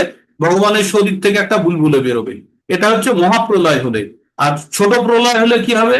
ব্রহ্মা যখন ঘুমিয়ে পড়ে, তখন সমস্ত জগৎ সংসার তখন নষ্ট হয়ে গেছে। আবার ব্রহ্মা যখন জাগবে তখন ছোট ছোট করে কি তৈরি হবে? এই পৃথিবী লোক, ভূলোক, জনলোক, তপলোক, মহালোক, অতল, বিতল, তলাতল, পাতাল, এগুলো সব ব্রহ্মাজি সৃষ্টি করছে। এগুলো কে সৃষ্টি করছে? ব্রহ্মাজি সৃষ্টি করছে। ব্রহ্মা যখন ঘুমিয়ে পড়ে সব বন্ধ হয়ে যায়। যখন বন্ধ হয়ে যায় তখন এখানকার জীবগুলো কোথায় যায়? প্রাণীরা কোথায় যায়? সব ভগবানের কাছে গিয়ে আশ্রয় নেয়। তাই এখানে ভগবান সেই কথাটাই বলছে। কি বলছে? সর্বভূতানি কন্তৈয় প্রকৃতিমি ইয়ান্তি মামিকাম কল্পক্ষয়ে। মানে ব্রহ্মার যখন দিন শেষ হয়ে যায়, রাত্রি হয়ে যায়, জগৎ সংসার পুরো ধ্বংস হয়ে যায়। ব্রহ্মা যখন ঘুমিয়ে থাকে জগৎ সংসার ধ্বংস হয়ে যায়। আবার ব্রহ্মাজি যখন সকাল হয় তখন ব্রহ্মাজি আবার সৃষ্টি করেন। তাই বলছে যখন ধ্বংস হয়ে যায় তখন কোথায় আশ্রয় নেয় জীবেরা? ভগবানের কাছে। তাই বলছে সর্বভূতানি কন্তীয় প্রাকৃতিমি ইয়ান্তি মামিকাম কল্পক্ষয়, মানে কল্প শেষ হয়ে গেলে, একটা দিন শেষ হয়ে গেলে পুনঃস্থানী কল্পাদৌ বিশ্বজহম। আবার যখন দিন শুরু হয় তখন আবার আপনা আপনি তারা, এই ব্রহ্মা যখন দিন সৃষ্টি করে জীবেরা আপনা আপনি সৃষ্ট হয়। তার মানে এটা 432 কোটি বছরের পর পর এটা ঘটতে থাকে। হেয়কন্তীয় কল্পের অবসানে সমস্ত জীব সৃষ্টি আমার প্রকৃতিতে প্রবেশ করে পুনরায় কল্পারম্ভে প্রকৃতির দ্বারা আমি তাদের সৃষ্টি করি। এটা মোটামুটি বোঝার জন্য কিছুটা হলে বুঝে থাকুন যতখানি পারলে না। তারপরে কি বললেন? প্রকৃতিম সাম্য বৈষ্টভ্য বিসৃজ্যামি পুনঃ পুনঃ ভূত কামম ইমাম কিষ্যন্নম কৃৎস্নম বংশ প্রকৃতে প্রকৃতে বসাত। ভগবান বললেন এই জগতে প্রকৃতি, এই জগৎ আমারই প্রকৃতির অধীন। তা প্রকৃতির বশে আপনা থেকে আমার ইচ্ছা দ্বারা পূর্ণ পূর্ণ সৃষ্টি হয়, আমার ইচ্ছা দ্বারা অন্তকালে বিনষ্ট হয়। মানে এই যে ভগবান যে সৃষ্টি সিস্টেম করে দিয়েছে, প্রকৃতির নিয়মে এটা চলতে থাকে, বারবার সৃষ্টি হয়, ধ্বংস হয়। আপনি একটা বাড়িতে জেনারেটর কিনেছেন বা আপনাদের কমপ্লেক্সে জেনারেটর কেনা আছে, কারেন্ট চলে গেলে জেনারেটর আপনা আপনা চলতে শুরু করে, আবার কারেন্ট এসে গেলে জেনারেটর আপনা আপনার বন্ধ হয়ে যায়। অটো বলে না, যেটা অটোতে লাগানো আছে, অটোতে চলে। তো তেমনি ভগবান এই দুনিয়ার অটোমেশন করে রেখেছেন। হ্যাঁ, কার দ্বারা? দেবী দুর্গার দ্বারা চালনা করেন এই ধরতিকে, এই দুনিয়াকে। তাই বলছে এই জগৎ আমারই অধীন, তা প্রকৃতির বশে, আপনা থেকেই ইচ্ছার দ্বারা, আমার ইচ্ছা দ্বারা, মানে ভগবান যেভাবে ডিজাইন করে পাঠিয়ে দিয়েছে সেইভাবেই বারবার সৃষ্টি হয় আর বারবার ধ্বংস হয়। আমারই ইচ্ছার দ্বারা অন্তকালে বিনষ্ট হয়। আর যে এই যে মহাপ্রলয় হয় সেটা ভগবানের ইচ্ছার দ্বারা। এখন আপনাদের ফট করে এই গভীর তত্ত্ব হিট করবে না হয়তো, তাই যতখানি বুঝতে পারছেন বুঝবেন, মাথা খারাপ করার বেশি দরকার নেই।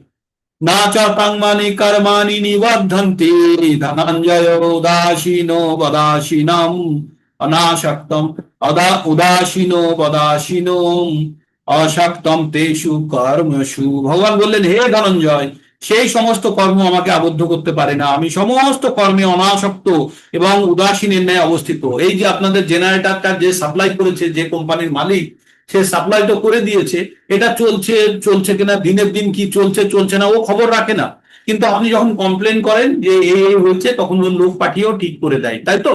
তো তেমনই ভগবান বলছে, আমি নিয়ম তৈরি করে দিয়েছি, এর চলতেই থাকে, আমি এর ডেলি ডেলি অ্যাক্টিভিটিতে আমি ইনভলভ হই না, তাই আমি উদাসীনের ন্যায় অবস্থিত থাকি, আমি নিজেকে ইনভলভ করি না, আমি উদাসীন থাকি। এবার ভাবতে পারছেন কোন ভগবানের আমরা আরাধনা করতে যাচ্ছি? যে সমস্ত জগৎ সংসারের মালিক, তাকে আমরা আরাধনা করতে যাচ্ছি। তাকে কি করে পাবো, তাকে কি করে জানবো, সেই কথাগুলো অর্জুন পরবর্তীতে জিজ্ঞেস করবে। এই যে আপনাদের মনের মধ্যে এখন যদি প্রশ্ন হয় যে ভগবানকে তো দেখালেন অনেক দূরে কোথায় শুয়ে আছে, তার মধ্যে আমরা অতি ক্ষুদ্র, তাহলে ভগবানকে আমরা কিভাবে পাবো, তাই না? ভগবান আমাদের ভিতরে পরমাত্মা রূপেও বসে আছে। তো আমাদের তাহলে কি করতে হবে? ভগবানের প্রত্যেকটা জীবের সঙ্গে ভগবান কানেক্টেড। যেমন আমরা যখন নেটওয়ার্কে কানেক্টেড থাকি, আমাদের প্রত্যেকটা ফোন যেমন টাওয়ারের সঙ্গে কানেক্টেড, তেমনি আমরা প্রত্যেকটা জীব ভগবানের সঙ্গে কানেক্টেড। ভগবান ঠিক মনিটর করছে, কিভাবে এক্ষুনি বলবো কিভাবে ভগবান মনিটর করছে।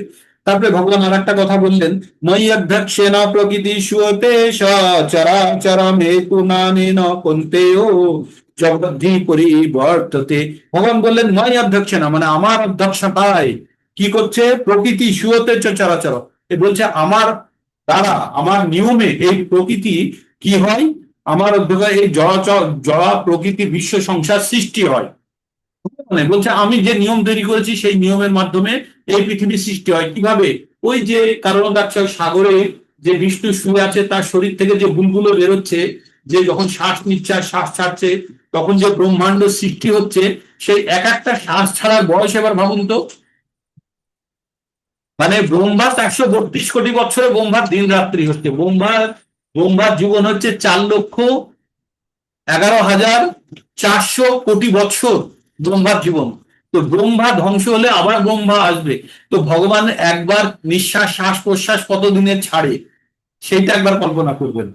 বিয়ন্ড ইমাজিনেশন, এগুলো কল্পনা করাই মুশকিল। হ্যাঁ, তাই ভগবান কি বলছেন, মই অধ্যক্ষেনা প্রকৃতি সুয়তে সচরাচরম হেতু নানেন কন্তেয় জগদ্ধি পরিবর্ততে। হে কন্তেয়, আমার অধ্যক্ষতায় জড় প্রকৃতি চরাচর বিশ্ব সৃষ্টি হয়, প্রকৃতির নিয়মে পুনঃ পুনঃ সৃষ্টি এবং ধ্বংস হয়।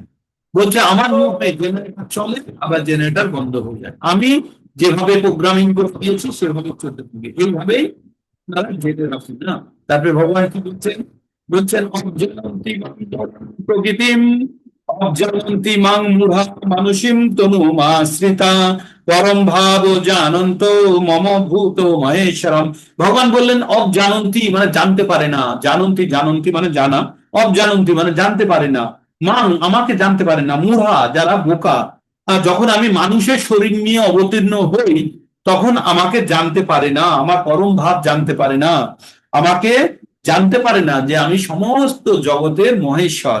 ভগবান কি বললেন, যে যারা মূঢ়া, যারা বোকা, তারা আমার সম্বন্ধে কোনো জ্ঞান রাখে না, তারা জানতে পারে না যে আমি সমস্ত জগৎ সংসার আমার দ্বারাই নিয়ন্ত্রিত এবং আমি চালনা করি। কখন? যখন আমি মানুষের রূপ নিয়ে অবতীর্ণ হই, তখন মূর্খেরা আমাকে অবজ্ঞা করে, তাদের আমার পরম ভাব সম্বন্ধে তারা অবগত নয়, আমাকে সর্বভূতের মহেশ্বর বলে জানে না, ভগবানকে জানতে পারে না। কারা? যারা মূর্খ, তারা ভগবানকে জানতে পারে না। তারা কি করে?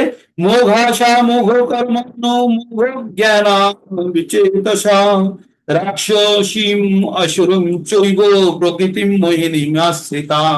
ভগবান বললেন মোঘ আশা মোঘ কর্মানু মোঘ জ্ঞান বিচেতসা।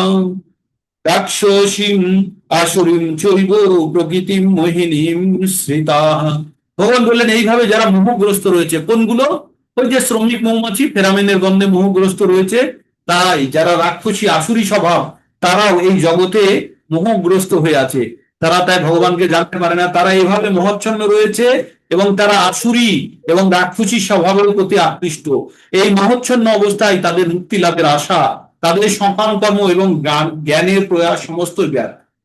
কারণ যখন কেউ আমরা সংসারের প্রতি বা কোনো জিনিসের প্রতি যখন মোহিত হয়ে থাকি, তখন আমরা অন্য কিছু আর আমরা বুঝতে চাই না। যারা নেশা করে নেশাগ্রস্ত অবস্থায় থাকে, আপনি তাকে যতই বোঝানো কিছুতেই বুঝবে না, যতক্ষণ না পর্যন্ত তার নেশা ভঙ্গ করতে পারছেন। তো আমরা তাই এখানে ভগবান বললেন যারা মোহাচ্ছন্ন হয়ে আছে, যারা আসুরি স্বভাবের, যারা রাক্ষসী স্বভাবের, তাদের তারা আকৃষ্ট রাক্ষসী আসুরি স্বভাবের প্রতি আকৃষ্ট হয়ে আছে, এই মোহাচ্ছন্ন অবস্থায় তারা কখনো মুক্ত হতে পারে না।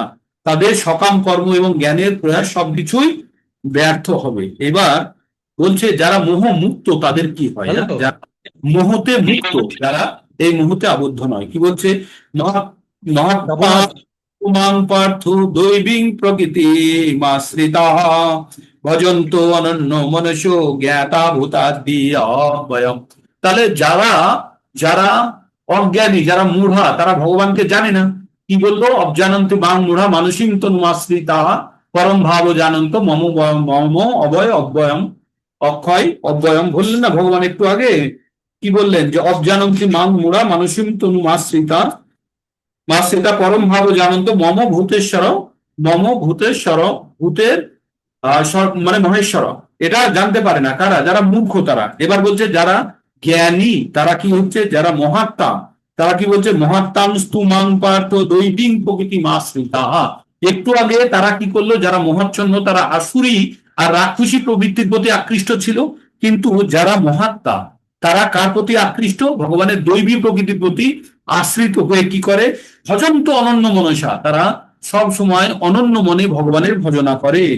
জ্ঞাতা ভূতাদি অব্যয়মা, এবং ভগবানের প্রকৃত পরিচয় জেনে তারা ভগবানের ভজনা করে। তার মানে আমরা ভগবানের ভজনা কখন করব? যখন ভগবান সম্বন্ধে আমরা জ্ঞান অর্জন করব। ভগবান সম্বন্ধে জ্ঞান অর্জন না করতে পারলে আমাদের ভগবানের প্রতি ভজনা উৎপন্ন হবে না। তাই ভগবান এই ভক্তিযোগে প্রবেশ করার পরে ভগবান বিভিন্ন জ্ঞানের কথা বলছেন। হ্যাঁ, তাই বলছে হে পার্থ, মোহমুক্ত মহাত্মাগণ আমার দৈবী প্রকৃতিকে আশ্রয় করেন, তারা আমাকে ভূতের আদি এবং অব্যয় জেনে অনন্য চিত্তে আমার ভজনা করে। এবার কিভাবে ভজনা করে ভগবান বলছে, সতত কীর্তয়ন্ত মাম যতন্তস্য দৃঢ়ব্রতা নমস্তস্যঞ্চ মাং ভক্তা নিত্যযুক্ত উপাসতে। সততং কীর্তয়ন্ত মাম যতন্তস্য দৃঢ়ব্রতা নমস্তস্যঞ্চ মাং ভক্তা নিত্যযুক্ত উপাসতে। দৃঢ়ব্রত, আর যতন্তস্য দৃঢ়ব্রতা, দৃঢ়ব্রত যত্নশীল হয়ে সর্বদা ভগবানের মহিমা কীর্তন করে, আমাকে প্রণাম করে, আমার সর্ব মহাত্মারা নিরন্তর ভক্তি সহকারে আমার উপাসনা করে। কি বললেন ভগবান? বললেন তারপরে যারা মহাত্মা, ভগবান কাদের মহান আত্মা বলছে? যারা ভগবানের ভজনা করে, দৃঢ়শীল হয়ে দৃঢ়ব্রত হয়ে ভগবানের মহিমা কীর্তন করে, তারা ভগবানকে প্রণাম করে, তারা ভগবান তাদের কি বলছে? মহাত্মা। আর তাদের সম্বন্ধে কি বললেন? ভগবান তাকে উপাসনা করে। জ্ঞান যোগে না চাপন্নে যজন্তে মামু উপাসতে কাটতে না পিতকেতে না বহুদা বিশ্ব তো মুখম। ভগবান বললেন অন্য কেউ কেউ জ্ঞান যোগের দ্বারা অভেদ চিন্তাপূর্বক, কেউ কেউ বহুরূপে প্রকাশিত ভেদ চিন্তাপূর্বক, আবার কেউ আমার বিশ্বরূপের উপাসনা করে। মানে ভগবানকে বিভিন্ন ভাবে কারা কারা কিভাবে উপাসনা করে তাই বললেন। একটু স্পিডে যাচ্ছি। অহং কুতুরহং যোগ্য সদাম অহম ঔষধম মন্ত্র অহম অহম অহম এবাজ্য অহম অগ্নির অহম ভূতম। ভগবান বললেন আমি অগ্নিষ্ঠোভ, আমি আদি স্রোত যোগ্য, আমি ভস্যদেব, আমি স্মাত যোগ্য, আমি পিত্ত পুরুষদের উদ্দেশ্যে শ্রদ্ধাদি কর্ম, আমি রোগ নিবারণকারী ভেষজ, আমি মন্ত্র, আমি হোমের ঘৃত, আমি অগ্নি, আমি হোম ক্রিয়া। মানে ভগবানের সম্বন্ধে গঙ্গা জলে গঙ্গা পুজো মতো যত কিছু আমাদের আছে সবই ভগবানের। তাই ভগবান এক লিস্টে বলে দিল। তারপরে ভগবান কি বলছে শুনুন। ভগবানের মানে বিস্তৃতি সম্বন্ধে বলছে। পিতা অহমস্য জগত মাতা ধাতা পিতামহ বেদম পবিত্রম ওঙ্কারো ঋক্ষাম যজুরেব চ। ভগবান বললেন আমি পিতা, আমি পিতা, আমি এই জগতের মাতা, ধাতা, বিধাতা সবকিছু, আমি পিতামহ, আমি বেদের জ্ঞেয় বস্তু, আমি পবিত্র শোধনকারী, আমি ওঙ্কার শব্দ, আমি ঋক সাম যজু অথর্ব সব বেদ আমি। ভগবান কি বললেন? আমি জগতের পিতা, আমি মাতা, আমি বিধাতা, আমি পিতামহ, আমি জ্ঞেয়। জ্ঞেয় আপনারা পড়েননি, পড়বেন। জ্ঞেয় মানে যাকে জানতে হয়, জানা যায়। আমি শোধনকারী, আমি ওঙ্কার, আমি ঋক সাম যজুর বেদ। ঠিক। তারপরে ভগবান কি বলছেন? গতির ভর্তা প্রভু সাক্ষী নিবাস শরণং সুহিত প্রভু প্রলয় স্থানং নিধানাং বিজম অব্যয়ম। ভগবান বললেন আমি সকলের গতি, মানে আমাদের পরম গতি, আমরা যেখানে যাব সেটা ভগবানের স্থানই। আর সেখানে যে যোগেই যায় সেটাই ভগবান বলছে, সেটাই পরম গতি। ভর্তা, প্রভু সাক্ষী নিবাস, ভর্তা মানে হচ্ছে পালন কর্তা। প্রভু ভগবানই প্রভু, সাক্ষী আমাদের সাক্ষী, নিবাস আমাদের আশ্রয়স্থল, স্মরণ যেখানে আমরা গিয়ে উঠতে পারি, সুহিত মানে আমাদের ভালো মন্দ উনিই চান। আমি উৎপত্তি না স্থিতি আশ্রয় প্রলয় অব্যয় বীজ, মানে যত কিছু আমাদের হতে পারে এন্ড টু এন্ড, আমাদের কল্পনার মধ্যে কল্পনার বাইরে যা কিছু আছে সব ভগবান। তপাম্যহম দর্শনহম নিগৃহামি উৎসজ্জামি চ অমৃতং চৈব মৃত্যুশ্চ সদ অসৎ অহম অর্জুন। ভগবান বললেন আমি তাপ প্রদান করি, সূর্য রূপে আমি তাপ প্রদান করি, আমি বৃষ্টি আকর্ষণ করি, আমি বর্ষণ করি, আমি অমৃত, আমি মৃত্যু। ভগবান বলছে আমি মৃত্যু প্রদান করি। জড় এবং চেতন বস্তু আমাতে স্থিত। কি বলছে? যত কিছু জিনিস আছে সব ভগবানের মধ্যেই অবস্থিত। এইবার আমরা একটু অন্য সেকশনে যাব। এখন থেকে আপনারা নেক্সট 15 মিনিটস খুব সুন্দরভাবে শুনুন। এইবার আমরা সেই জায়গাতে চলে এসেছি, গোপন থেকে গোপনতম জায়গার মধ্যে চলে এসেছি। এবার গোপনতম জায়গা মানে একদম 9-এর শেষ আর 10-এর শুরু পর্যন্ত যে গোপন জায়গা, 20 থেকে 34 পর্যন্ত আমরা পড়ব। ঠিক। তৈবিদ্যামাং সমপাপুত পাপাং যজ্ঞারিষ্টা স্বর্গা কিং প্রার্থয়ান্তে তে পুণ্যমাসাদ্য সুরেন্দ্রলোকাম অস্নান্তি দিব্যান দিবি দেব ভোগান। এই 4 লাইনের শ্লোকগুলো হলে একটু লয়টা এরকম রাখতে হবে। কি বললো? তৈবিদ্যা মাং সমপাপুত পাপাং যজ্ঞারিষ্টা স্বর্গতিম প্রার্থয়ান্তে তে পুণ্যমাসাদ্য সুরেন্দ্রলোকাম অস্নান্তি দিব্যান দিবি দেব ভোগান। খুব সুন্দর কথা বলছে। তিবেদ, 3টে বেদের কথা একটু আগে আমরা পড়লাম না? ঋক সাম যজু। এই 3টে বেদ বলছে, যারা বেদ সম্বন্ধে জানে তাদেরকে বলা হয় বেদজ্ঞ। বেদজ্ঞ উত্তরপ্রদেশে হয় না একটা টাইটেল ত্রিবেদী? সেই ত্রিবেদ যারা জানেন, বেদজ্ঞ, তারা যজ্ঞ অনুষ্ঠান করে কি করে? যজ্ঞ অনুষ্ঠান করে করে সমরস পান করে পাপ মুক্ত হন। মানে যজ্ঞ অবশিষ্ট যে আহ অমৃত বা যা কিছু তৈরি হয় সেটা পান করে কি হয়? যজ্ঞাশিষ্ট সমপাপ সমপুত পাপা, ওটা পান করে পাপ মুক্ত হয়। তার মানে বলছে যজ্ঞ করলে পাপ থেকে মুক্ত পাওয়া যায়। আর যজ্ঞ করে কি চাই? স্বর্গ ভোগ করতে চায়। তাহলে পাপ নষ্ট করার পরে কি চাই? স্বর্গ ভোগ করতে চাই। এবার তারা কি করে? স্বর্গ দেবতারা স্বর্গ প্রদান করে। তাই শুনুন এবার কি বলছে। ত্রিবেদজ্ঞগণ, যজ্ঞ অনুষ্ঠান যারা আমাকে আরাধনা পূর্বক, ভগবানের আরাধনা পূর্বক বৈশিষ্ট্য মানে যজ্ঞে অবশিষ্ট সমরস পান করে পাপ মুক্ত হন, স্বর্গে গমন করার প্রার্থনা করেন। আপনারা কে কে স্বর্গে যেতে চান? হাত তুলুন তো দেখি। স্বর্গে অনেকদিন ভোগ করতে চান? হাত তুলুন দেখি। আর তুলুন, কারা কারা যেতে চান? তুলুন না। কেউ স্বর্গে যেতে চান না আপনারা? তুলুন না, হাত তুলুন দেখি। Yes, good. আরো? আর কেউ নেই? একজনই স্বর্গে যাবেন? আচ্ছা, শিবশঙ্কর প্রভু। আর কেউ? তুলুন তুলুন, হাত তুলুন। হ্যাঁ, উৎপল প্রভু আপনিও যেতে চান? মাতাজি বললেন ওখান থেকে লড়াই। আর কেউ যেতে চান না? মাত্র 2জন। অনেক ভ্যাকান্সি আছে ওখানে। স্বর্গে আর কেউ যেতে চান না? অনেক ভ্যাকান্সি আছে। এই এই চ্যাপ্টারটা শোনার পরে স্বর্গের প্রতি আপনাদের ইচ্ছা নষ্ট হয়ে যাবে, এই পরের শ্লোকটা শোনার পরেই। ঠিক আছে, এখন আপনাদের মাথায় স্বর্গে যাওয়ার ইচ্ছা রাখুন। এইবার কি বললো, যে ত্রিবেদজ্ঞ যারা তিনটে বেদ সম্বন্ধে জানে তারা যজ্ঞ করলো, যজ্ঞ করে যজ্ঞের যে ফল হলো সেই ফল গ্রহণ করে পাপ মুক্ত হলো, হয়ে স্বর্গে যাওয়ার জন্য প্রার্থনা করলো, করে তারা স্বর্গ সুখ ভোগ করেন। তারা কি করেন? স্বর্গ সুখ ভোগ করেন। ঠিক, ভালো জায়গা স্বর্গ। এইবার স্বর্গ সুখ ভোগ করার পরে কি হয় শুনুন। কেন বাকিরা স্বর্গে যেতে চায়নি তার কারণটা এবার শুনুন। আপনারা দুজন শুধু ফেসে গেছেন। তে তং ভুক্তা স্বর্গলোকম বিশালং সিন্নে পুণ্য মর্তলোকম বিশন্তি এবং ত্রয়ী ধর্মম অনুপ্রপন্না গতা গতং কামা কামা লভন্তে। ভগবান কি বললেন?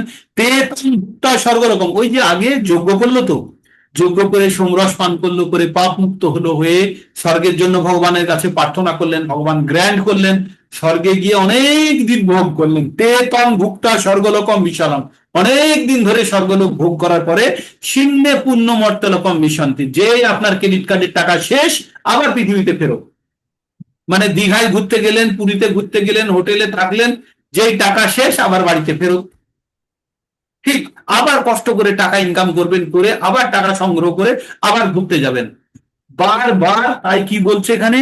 তে তাং ভুক্তা স্বর্গলোকম বিশালং শীর্ণে পুণ্য মর্তলোকম বিশন্তি এবং ত্রয়ী ধর্মম অনুপ্রপন্না গতা গতং কামা কাম লভন্তে।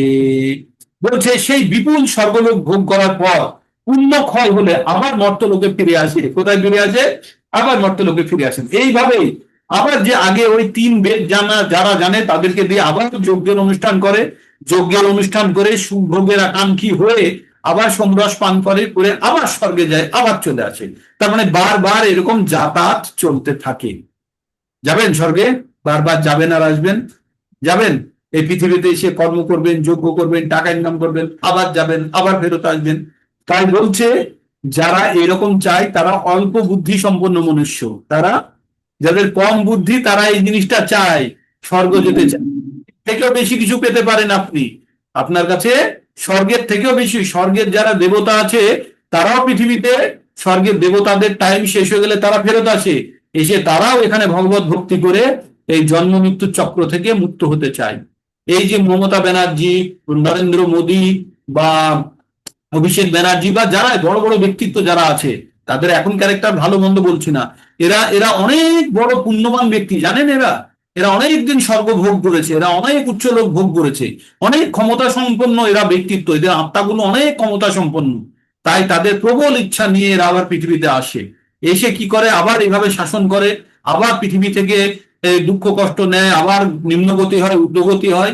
এরা অনেক প্রবল শক্তিশালী আত্মা এরা সব। ঠিক, তো এদেরকে কখনো খারাপ হিসাবে ভাববেন না, এদেরকে ভাববেন যে এদের মধ্যে প্রচন্ড শক্তি, এদের প্রচন্ড পুণ্য ফল এদের মধ্যে জমানো ছিল, সেটা অপব্যবহার করে ফেললো সেটা আলাদা, কিন্তু এদের মধ্যে প্রচন্ড পুণ্য শক্তি বা এদের মধ্যে অনেক যজ্ঞাশিষ্ট অনেক ফল এদের মধ্যে আছে লুকায়িত।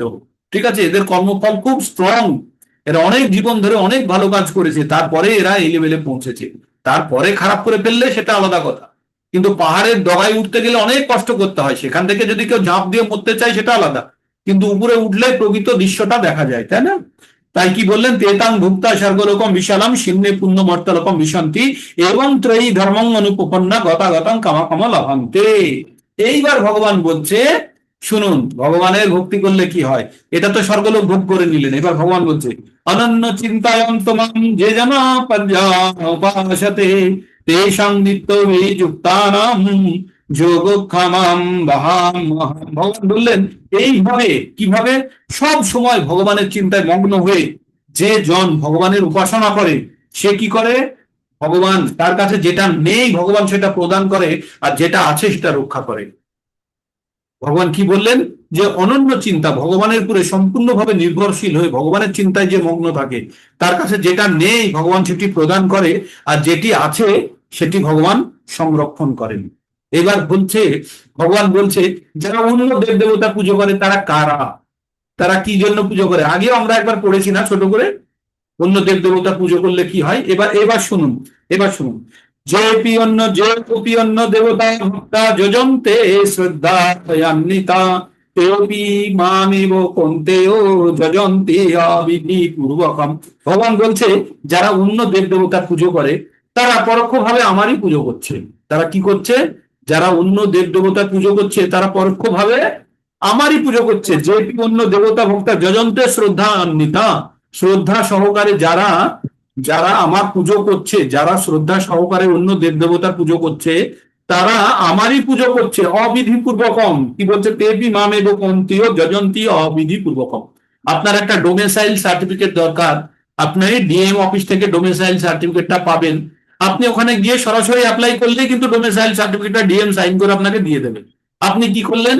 একজনকে গিয়ে ধরলেন, দালালকে ধরলেন, তাকে টাকা দিলেন, দিয়ে তারপরে আবার সে চ্যানেল করলো, করে আপনাকে সার্টিফিকেটটা ওরে সাইন করাই এনে দিল, কিন্তু আপনি অবিধি দিলেন। তাই বলছে যারা দেব দেবতার পুজো করে তারা ভগবানেরই পুজো করে, তারা ভগবানের জন্য। ভগবান কি বলছে? যে কি অন্য দেবতা ভক্তা যজন্তে শ্রদ্ধান্বিতা, যারা শ্রদ্ধা সহকারে দেব দেবতা পুজো করছে, তেপি মামেব কন্তীয়, তারা আমারই পুজো করছে অবিধি পূর্বকম। বিধি নয়, এটা বিধিতে বলছে না, নিয়মে বলছে না, তারা নিয়ম বহির্ভূত ভাবে ভগবানের সেবা, ভগবানের তারা দেব দেবতার পুজো করছে, কিন্তু বলছে পক্ষান্তরে আমারই পুজো করছে, কিন্তু অবিধি পূর্বকম। বিধিটা ঠিক নয়। ঠিক, তার মানে কোনো দেব দেবতার আপনি যখন পুজো করছেন তার কাছ থেকে আপনি যেটা চাইছেন সেটা কিন্তু ভগবানই দিচ্ছে, পক্ষান্তরে ঘুরিয়ে দিচ্ছে। তাই ভগবান কি বললেন? হে কন্তীয়, যারা অন্য দেবতাদের ভক্ত শ্রদ্ধা সহকারে তাদের পুজো করে, প্রকৃতপক্ষে তারা অবিধি পূর্বকম ভাবে আমারই পুজো করে। কার? ভগবানেরই পুজো করে। তাই ভগবান, তাহলে আমাদের ডাইরেক্টলি আমরা ডিএম এর থেকে কেন সার্টিফিকেটটা চাইবো না? কেন আমরা দালাল ধরে যাব? তাই না?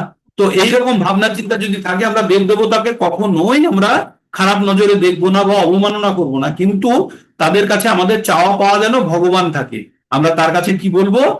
গিয়ে অফিসের ক্লার্ককে বলবো যে ডিএম সাহেবের কাছ থেকে আমাকে একটা সার্টিফিকেট পাইয়ে দিন, আমরা বলতেই পারি, তাই না? কিন্তু আমরা দালাল ধরবো না কোন অবস্থাতে, বলতেই পারি, আমরা তাকে প্রপার চ্যানেলে আমরা যেতেই পারি, সেখানে কোনো অসুবিধা নেই, কিন্তু আমরা অবিধি পূর্বকম ভাবে যেন কোনো কিছু না করি, তাই বলবো। তারপরে ভগবান কি বলছেন? অহমি সর্বযোগ্যানাম ভক্তা চ বহুরেব চ না তু মাম অভিজানন্তি তত্তে না চাস্তবন্তি তে। ভগবান বললেন অহমি সর্বযোগ্য না, অহমি সর্বযোগ্য না ভক্তা চ, আমি প্রত্যেকটা যোগ্য তোমরা যেগুলো করো তার ভোক্তা আমি, আমি গ্রহণ করি সেই যোগ্য, আমি সকলের প্রভু। ভগবান বলছে আমি সকলের প্রভু। আর যে এটা জানে না, যে আমার চিন্ময় স্বরূপ জানে না, তারা অবপতিত হয়, তারা বারবার এই জন্ম মৃত্যু চক্রে আবর্তিত হতে থাকে। তাই বলছে আমি এই সমস্ত যজ্ঞের ভোক্তা, আমি প্রভু। যারা আমার চিন্ময় স্বরূপ জানে না তারা চবন্তিতে, তারা বারবার অধঃপতিত হয়। তো তাহলে ভগবানকে যারা জানে না, ভগবান ভোক্তা, তারা তারা কখনো ভগবানের শ্রদ্ধা করতে পারবে না। তাই প্রথমেই কি পড়লাম 3 নম্বর শ্লোকে? অশ্রদ্ধ ধ্যান পুরুষ ধর্ম শাস্য পরন্তপ অপাপ্যমাম নিবর্তন্তে মৃত্যু সংসার বর্তনী। তার মানে তারা বারবার এই মৃত্যু সংসারের মধ্যে চলে আসে। কারা? যারাদের শ্রদ্ধা নেই। তাই এখানে আবার বললো অহমিষ সর্বযোগ্যানাম ভক্তা চ বহুরেব চ না তু মাম অভিজানন্তি তত্তে না তাস্তবন্তি তে। যারা ভগবানের এই তত্ত্বটা জানে না, যারা মূর্খ বা যাদের জ্ঞান নেই, তারা বারবার এই জায়গাতে পৃথিবীতে অবতীর্ণ হতে পারে। এইবার শুনুন কার পুজো করলে কি হয়, খুবই গুরুত্বপূর্ণ। দেব দেবতাদের পুজো করলে কি হয় আপনাদের দেখালাম না? ওই বেলুনের মধ্যে দেবলোক স্বর্গলোক কোথায় আর ভগবানের লোক কোথায়? ভগবান কিন্তু সবকিছুর বাইরে, অন্য কোথাও ভগবানের লোক। হ্যাঁ, তো এবার শুনুন ভগবান কি বলছেন। ইয়ান্তি দেবব্রত দেবান ইয়ান্তি ইয়ান্তি দেবব্রত দেবান পিতৃণান্তি। हरे कृष्ण बाबू के जन्म समय करे तो माता जी अभी बांग्ला चल रहा है, हम लोग 7:40 पे ज्वाइन करेंगे उधर। हाँ, 7:40 पे। ठीक है, आज सुनना है तो सुनिए, कोई बात नहीं, बांग्ला आनंद लीजिए सुन के। हाँ, तो भगवान ने क्या बोला?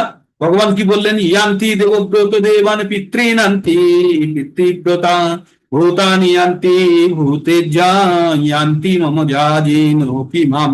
ভগবান কি বললেন? বললেন যে যারা দেব দেবতার পুজো করে তারা কোথায় যায়?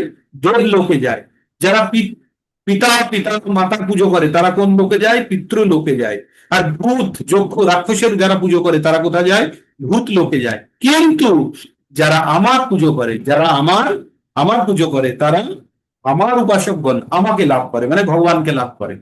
ঠিক, এবার ভগবানকে লাভ করার পন্থা বলছে ভগবান, পত্রম পুষ্পম ফলম তোয়ম যো মে ভক্তা প্রয়োজ্যতি তদহং ভক্ত গৃহীত অস্মামি প্রয়াত্মম। ভগবান বললেন পত্রম, ভগবানকে পুজো করার পদ্ধতি কি? ভগবান বললেন আমার কিচ্ছু চাই না। কি চাই? পত্র মানে পাতা, তুলসী পাতা, পুষ্প ফুল, ফল তোয়ং মানে জল। যে ভক্তি সহকারে আমাকে এগুলো প্রদান করে আমি খুব আনন্দ সহকারে গ্রহণ করি। যদি ভক্তিপূর্ণ ভাবে দেয় আমি সেটা খুব ভক্তিপ্লুত সহকারে আমি এটি গ্রহণ করি। যে বিশুদ্ধ চিত্ত নিষ্কাম ভক্ত ভক্তি সহকারে আমাকে পত্র পুষ্প ফল জল অর্পণ করে, আমি সেই ভক্তিপ্লুত উপহার প্রীতি সহকারে গ্রহণ করি। কে বললেন? ভগবান বললেন। তাহলে ভগবান কি গ্রহণ করেন? আমাদের ভক্তি গ্রহণ করেন। ভগবানের নকুল দানা বা জল সমুদ্র ভগবানের, তো জল খাওয়ার জন্য আমার কাছে আসবে না, দেখতে চাই যে আমরা কতখানি ভক্তি সহকারে ভগবানের ভক্তি করছি। তারপরে ভগবান বললেন তোমরা যা কিছু করো, যা যজ্ঞ করো, যা হোম করো, যা দান করো, যা তপস্যা করো, আমাকে অর্পণ করে করো, আমাকে অর্পণ করে করো। তাই ভগবান বললেন যৎ করোষি যৎস্মাসি যজোষি দদাতি যৎ যৎ তপস্যাসি কান্তেও তৎকুরুষু মদার্পণম। ভগবান বললেন যৎ করোষি, যেটা তুমি করো, যদাস্মসি, যেটা তুমি খাও বা গ্রহণ করো, যজোষি, যে তুমি যজ্ঞ করো, দদাচি যৎ, যেটা তুমি দান করো, যৎ তপস্যাসি, যে তুমি তপস্যা করো, হে কুন্তী ও তৎপুরুষ মদার্পণ, সব তুমি আমাকে অর্পণ করো। তাই ভগবান কি বললেন? তুমি যে অনুষ্ঠান করো, যা আহার করো, যা হোম করো, যা দান করো, যে তপস্যা করো, সমস্তই আমাকে অর্পণ করো, কারণ আমি আলটিমেট ভোক্তা। ভগবান কি বললেন? ভোক্তারাম যোগ্য তপস্যাম সর্বলোক মহেশ্বরম জ্ঞাতাম সুহৃদম সর্বভূতানাম জ্ঞাতামাম শান্তি উচ্চতি। তো ভগবান সবকিছুর ভোক্তা, ভগবান সবকিছুর মহেশ্বর, ভগবানই সবকিছু। তাই তাকে অর্পণ করে না খেলে কি করেছি আমরা? পচ্চান্তি আত্মকারণা, তখন সে কি খায়? পাপ খায়। ভগবানকে অর্পণ না করে কিছু খেলে সে পাপ। তাই ভগবান যা কিছু করো, বাড়িতে যদি একটা নতুন ফোন কিনেও আনেন না, আগে ভগবানের কাছে চড়ান, বলুন ভগবান তোমার জন্য কিনেছি, দেখুন ভগবান খুশি হয় কি না হয়।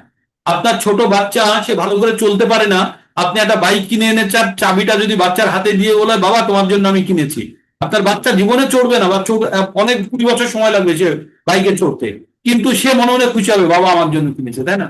ভগবান আমার একটা মোবাইল ফোনের জন্য 10,000 টাকার মোবাইল ফোনের জন্য লালায়িত না, দেখে তার সন্তানের তার প্রতি কতখানি, তার সন্তানের তার প্রতি কতখানি আসক্তি বা তার প্রতি কতখানি ভক্তি ভাব, সেটাই দেখো। তাই ভগবান বলছেন শুভ অশুভ ফলের এবং মোক্ষ সে কর্ম বন্ধনে সন্ন্যাস যোগ যুক্তাত্মা বিমুক্ত মামুষ্যসি। তুমি এইভাবে সমস্ত কর্ম আমাকে অর্পণ করো। ভগবান বললেন তুমি সমস্ত কর্ম তুমি আমাকে অর্পণ করো, শুভ অশুভ যা কিছু ফল হবে সমস্ত কর্মের বন্ধন থেকে তুমি মুক্ত হবে। তোমার মন সন্ন্যাস যোগে যুক্ত হয়ে তুমি তুমি আমাতে যুক্ত হও, তুমি অবশ্যই আমাকে প্রাপ্ত করবে। তার মানে আমরা যে কাজগুলো করছি যদি ভগবানকে অর্পণ করে থাকি, ছোটখাটো যদি তাতে মিস্টেক হয় ভগবান সেটা অ্যাকসেপ্ট করতে রাজি আছে। হ্যাঁ, এইবার ভগবান একটু অন্যভাবে চলে গেলেন। এই জায়গাটা খুব মন দিয়ে শুনুন। गंभीर থেকে गंभीरतम एकदम गंभीर अवस्था पे माता जी थोड़ा देर रुकिए, 7:40 से शुरू करेंगे, तब तक बांग्ला में आनंद लेते रहिए। हाँ, जो हिंदी सेक्शन से ज्वाइन कर लिए थोड़ा सा आप लोग धैर्य रखिए, 7:40 से वहां पे शुरू होगा, तब तक हम यहाँ खत्म कर लेते हैं। এবার ভগবান একটু অন্য দিকে চলে যাচ্ছে। কোন দিকে? বলছে ভগবান, এবার বলছে গতি ঘুরিয়ে দিল ভগবান। কি গতি ঘুরিয়ে দিল?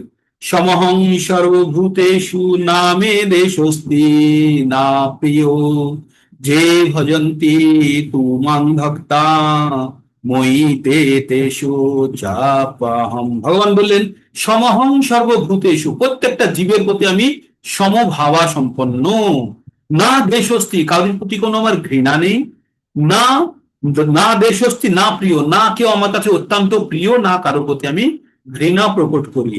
যে ভজন্তি তুমি ভক্তা, কিন্তু যে আমার ভক্ত রূপে যে আমার ভজনা করে।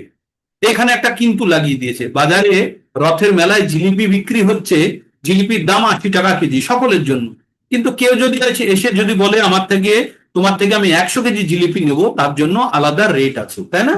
তো তেমনি ভগবান বলছে সমহং সর্বভূতেষু না মে দেশস্তি না প্রিয়, না কেউ কারোর প্রতি আমি ঘৃণা করি, না কারোর প্রতি আমি, না কেউ আমার অত্যন্ত প্রিয়। যে ভজন্তি তুমাং ভক্তা, কিন্তু যে আমার ভজনা করে, যে ভক্ত আমার ভজনা করে, মই তে তেষু চাপ্পান, আমি তার হৃদয়ে বাস করি আর সে আমার হৃদয়ে বাস করে। তাই ভগবান বললেন আমি সকলের প্রতি সমভাবা সম্পন্ন, কারোর প্রতি বিদ্বেষ ভাবাপন্ন নয়, কেউ আমার প্রিয় নয়, কিন্তু যারা ভক্তিপূর্বক আমার ভজনা করে, কি পূর্বক? ভক্তিপূর্বক ভজনা করে, আমি, তারা আমাতে অবস্থান করে এবং আমি তাদের মধ্যে বাস করি। খুব কঠিন কথা বললেন ভগবান। তাহলে যারা ভজনা করে, যারা ভগবত ভক্তি করে, ভগবান তাদের মধ্যে বাস করে এবং তারাও ভগবানের মধ্যে বাস করে। এবার ভগবান বলছে যদি কোনো দুরাচারী ব্যক্তি হয়, যার অতীত খারাপ, যে কখনো ভক্তি করেনি, এই প্রকার খারাপ ব্যক্তিদের কি গতি হয়? তাই ভগবান বলছেন সব থেকে দুরাচারী ব্যক্তিও যদি ভগবানের ভজনা করে তাহলে তাকে সাধু জানবে।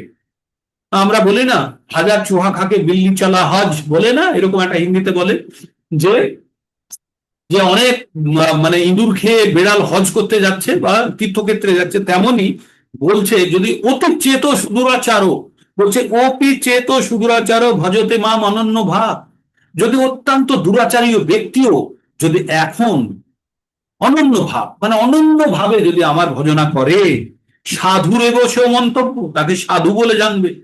হ্যাঁ, সম্যক ভব শীতে হিস, সে সঠিক পথে এসে গেছে তাই তাকে সাধু বলে জানবে। তার ব্যাকগ্রাউন্ড যাই হোক না কেন, সে যতই দুরাচারী, সে রত্নাকার দস্যু হোক না কেন, সেও বাল্মীকি মুনি হতে পারে। সে মৃগারী হোক না কেন, ব্যাগ মৃগারী হোক না কেন, সে পরম বৈষ্ণব হতে পারে।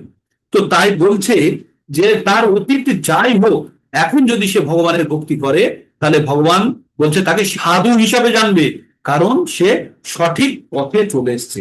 তারপরে সেই সঠিক পথে চলে আসা ব্যক্তির কি গতি হয় বলছে, ক্ষিপ্রম ভবতি ধর্মাত্মা শাশ্বত শান্তি নিগচ্ছতি কোন্তে প্রতি জানিহি নামে ভক্তা প্রণশ্যতি। ভগবান খুবই বড় কথা বলছে। এখন আমার গভীরতর অংশ থেকে একদম ডেপ্থের মধ্যে পৌঁছে গেছে, যেখানে ভগবান বলছেন ক্ষিপ্রম ভবতি, ওই যে অতি দুরাচারী ব্যক্তি যে ভগবানের সাধনা ভজনা করছে, সে অত্যন্ত প্রিয় হয়ে গেছে। এবার বলছে সেই ব্যক্তি অতি দ্রুত মহাত্মা নামে পরিণত হবে, ধর্মাত্মা, তাকে ধর্মাত্মা বলা হবে। আর কি হবে? শাশ্বত শান্তি নিগচ্ছতি, সে পরম শান্তির জায়গা পাবে। কোনতেও, হে অর্জুন, তুমি চিল্লে চিল্লে প্রতিজ্ঞা করো, তুমি প্রতিজ্ঞা করো, আমি বলছি তুমি প্রতিজ্ঞা করো, করে বলো যে আমার ভক্তের কখনো পতন হয় না। একদিনও যদি, একবারও কেউ যদি ভগবানের নাম নিয়ে থাকে, ভগবান তাকে ভক্ত বলে ভাবে। তাই বলছে কেউ যদি একবারও যদি ভগবানের যদি ভক্তি করে থাকে, কোনোদিন কোনো এক সময়ে সেও ভগবানের পরম ধাম লাভ করতে পারে, যদি সে পূর্ণ জ্ঞানে পূর্ণ ভক্তি সহকারে ভগবানের ভজনা করে পরবর্তীতে।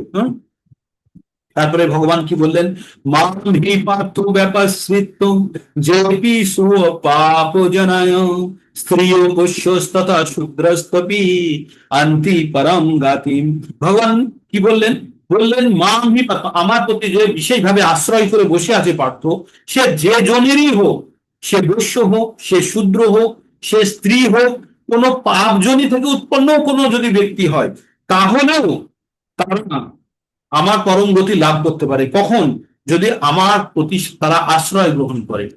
তো এখানে স্ত্রী বা মহিলা বলেছে বলে খারাপ ভাববেন না, কারণ মহিলাদেরকে পরের উপরে নির্ভরশীল হতে হয় বলে তাদের রক্ষণাবেক্ষণের জন্য বা তাদের মেরিটের লেভেল কখনো কখনো কম থাকে বলে অ্যাভারেজ মেনটেন করে ভগবান বলেছে। কারণ তখনকার দিনে মহিলাদের, বেশিরভাগ মহিলাদেরই কি করতে হতো, ঘর সামলাতে হতো। এখনকার মহিলা যেমন কিছু কিছু কিছু যায়, তবুও আপনারা জানবেন মহিলারা কমপক্ষে মানে বায়োলজিক্যাল গঠন হিসাবেও মহিলারা পুরুষদের থেকে কম বুদ্ধি সম্পন্ন, এটা মেনে নেবেন।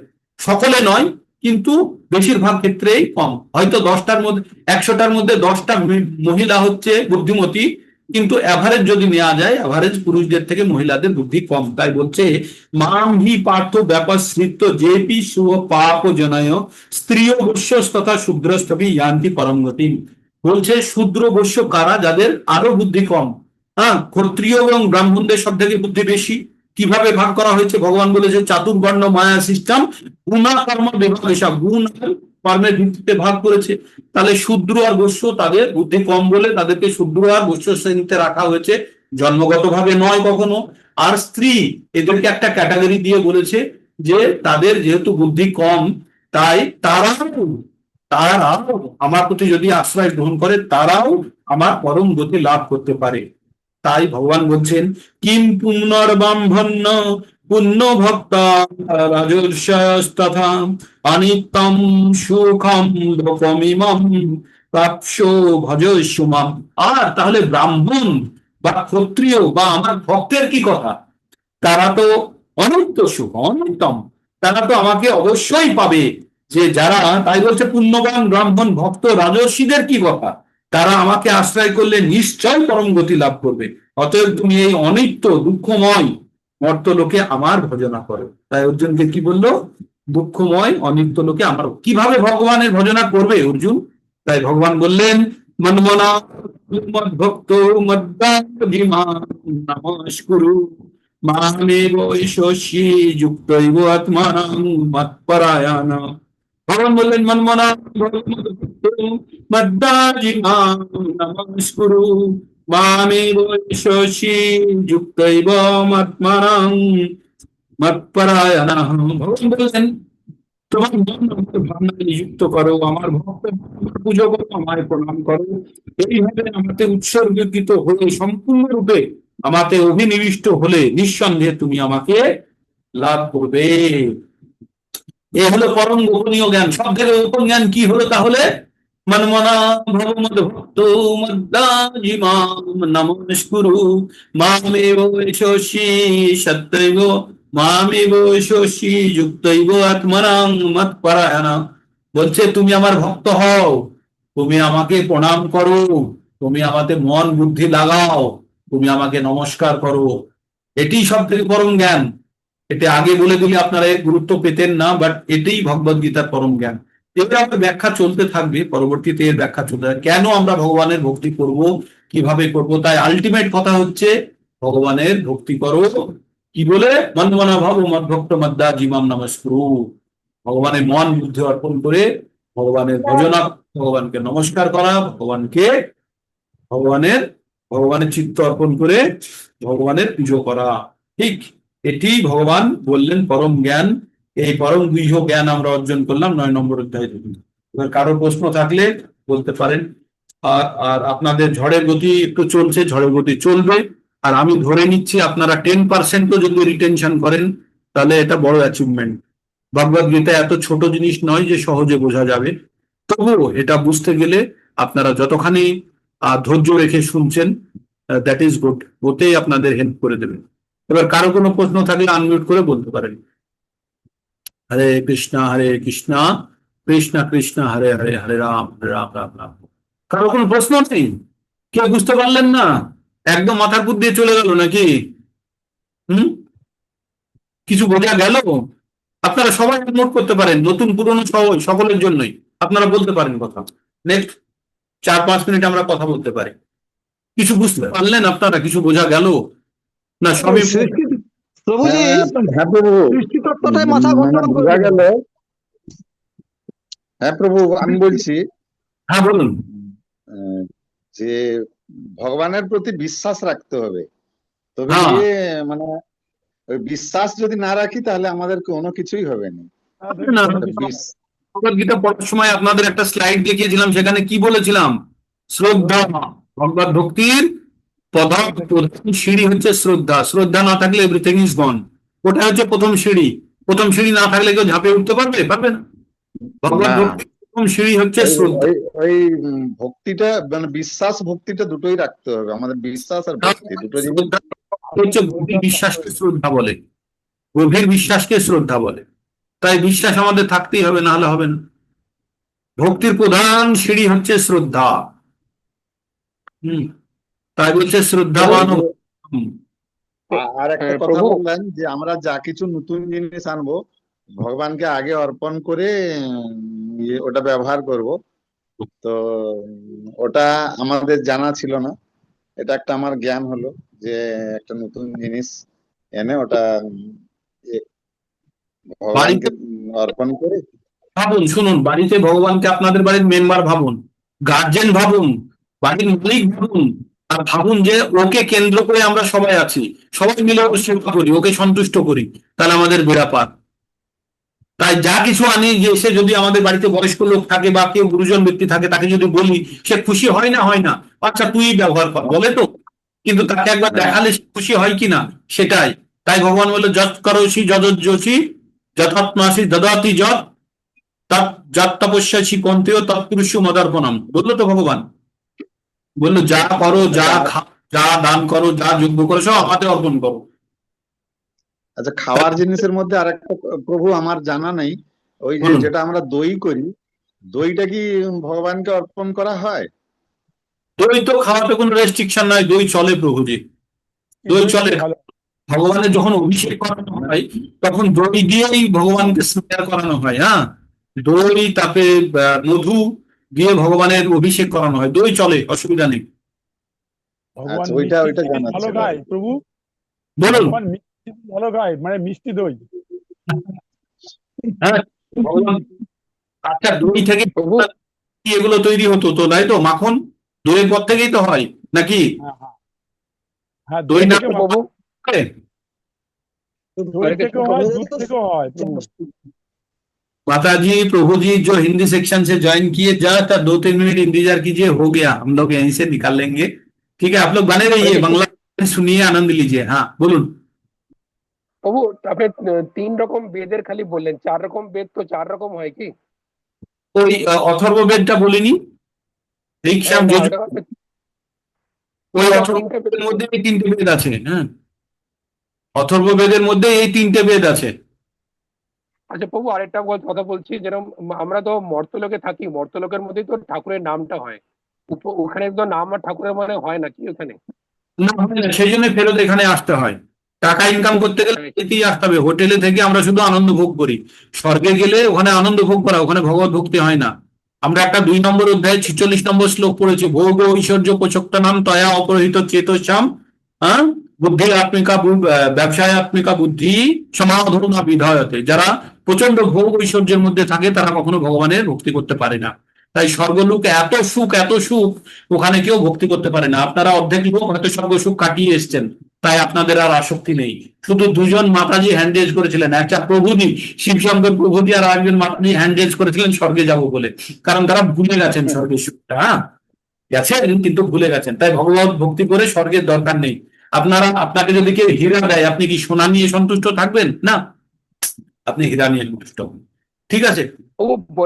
ও বৈকুণ্ঠ লোক, বৈকুণ্ঠ ঠাকুরের কাছে যদি যেতে পারি, সেখানেও কি নাম করতে পারবো আমরা? বৈকুণ্ঠ ধাম শুধু ভক্তির জন্যই, সেখানে গিয়ে অনাবিল আনন্দ, সেটা আরো, সেটা এই জড়জাগতিক আনন্দের থেকে ভিন্ন। সেটির অনুভব কিন্তু এখান থেকেই শুরু হয়ে যাবে। ভক্তির আনন্দ ওখানে গিয়ে নতুন আনন্দ শুরু হবে না, এইখান থেকে ছোট ছোট অনুভূতিগুলো যখন তৈরি হবে তখন জানবে সেটা বৃহৎ রূপে পাবেন, সেটা বৃহৎ রূপে পাওয়া যাবে। কিন্তু আনন্দ এখান থেকেই শুরু হতে হবে, না হলে সে যাওয়ার জন্য পাসপোর্ট পাবে না। আমরা যেমন ওই বিদেশে পড়তে গেলে জিআরই দিয়ে যেতে হয়, আগে ইংরাজি জানে কি জানে না বা জ্ঞান আছে সেই লেভেলটা যেমন টেস্ট করে নেয়, তেমনি আমাদের এইখান থেকে আমাদের কোয়ালিফাই করতে হবে, তবেই আমরা সেখানে যেতে পারবো। ঠিক। থ্যাংক ইউ, ধন্যবাদ প্রভু। হরে কৃষ্ণ। হরে কৃষ্ণ। আর আর কারো কিছু নেই, তাহলে এখানে বিরাম নিই। আমি আমি আমি একটা কথা জিজ্ঞেস করতে চাইছি। হ্যাঁ। ঋগ্বেদ সামবেদ যথর্ববেদ যে বলে, ওই বেদটা কোথায়? আমরা ওখানে শুনি, আমাদের যেমনি গীতা আমাদের কাছে সামনে দেখা যায়, ওই বইগুলো কোথায় পাওয়া যায়? ওই বইগুলো কি?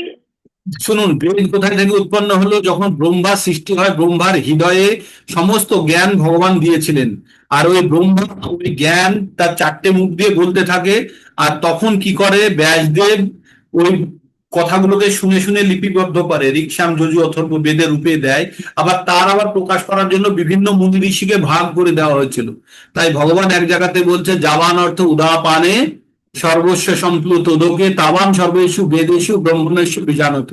বলছে 6টা ছোট জলাশয়ে যে কাজ হয়ে যায়, বড় জলাশয় দিয়ে সেই কাজ অটোমেটিক্যালি হয়ে যায়।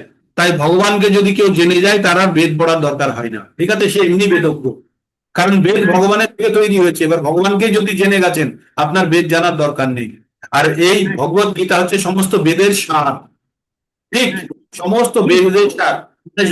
দোকানে যত মিষ্টি আছে মিক্সিতে দিয়ে গুলিয়ে গুলিয়ে গুলিয়ে এই গুগ্রাম আপনাকে তুলে দিয়েছে, সব কিছু টেস্ট আপনি এখান থেকে পেয়ে যাবেন।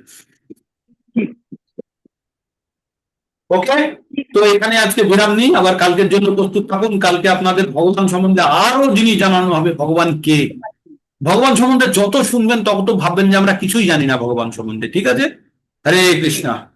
হরে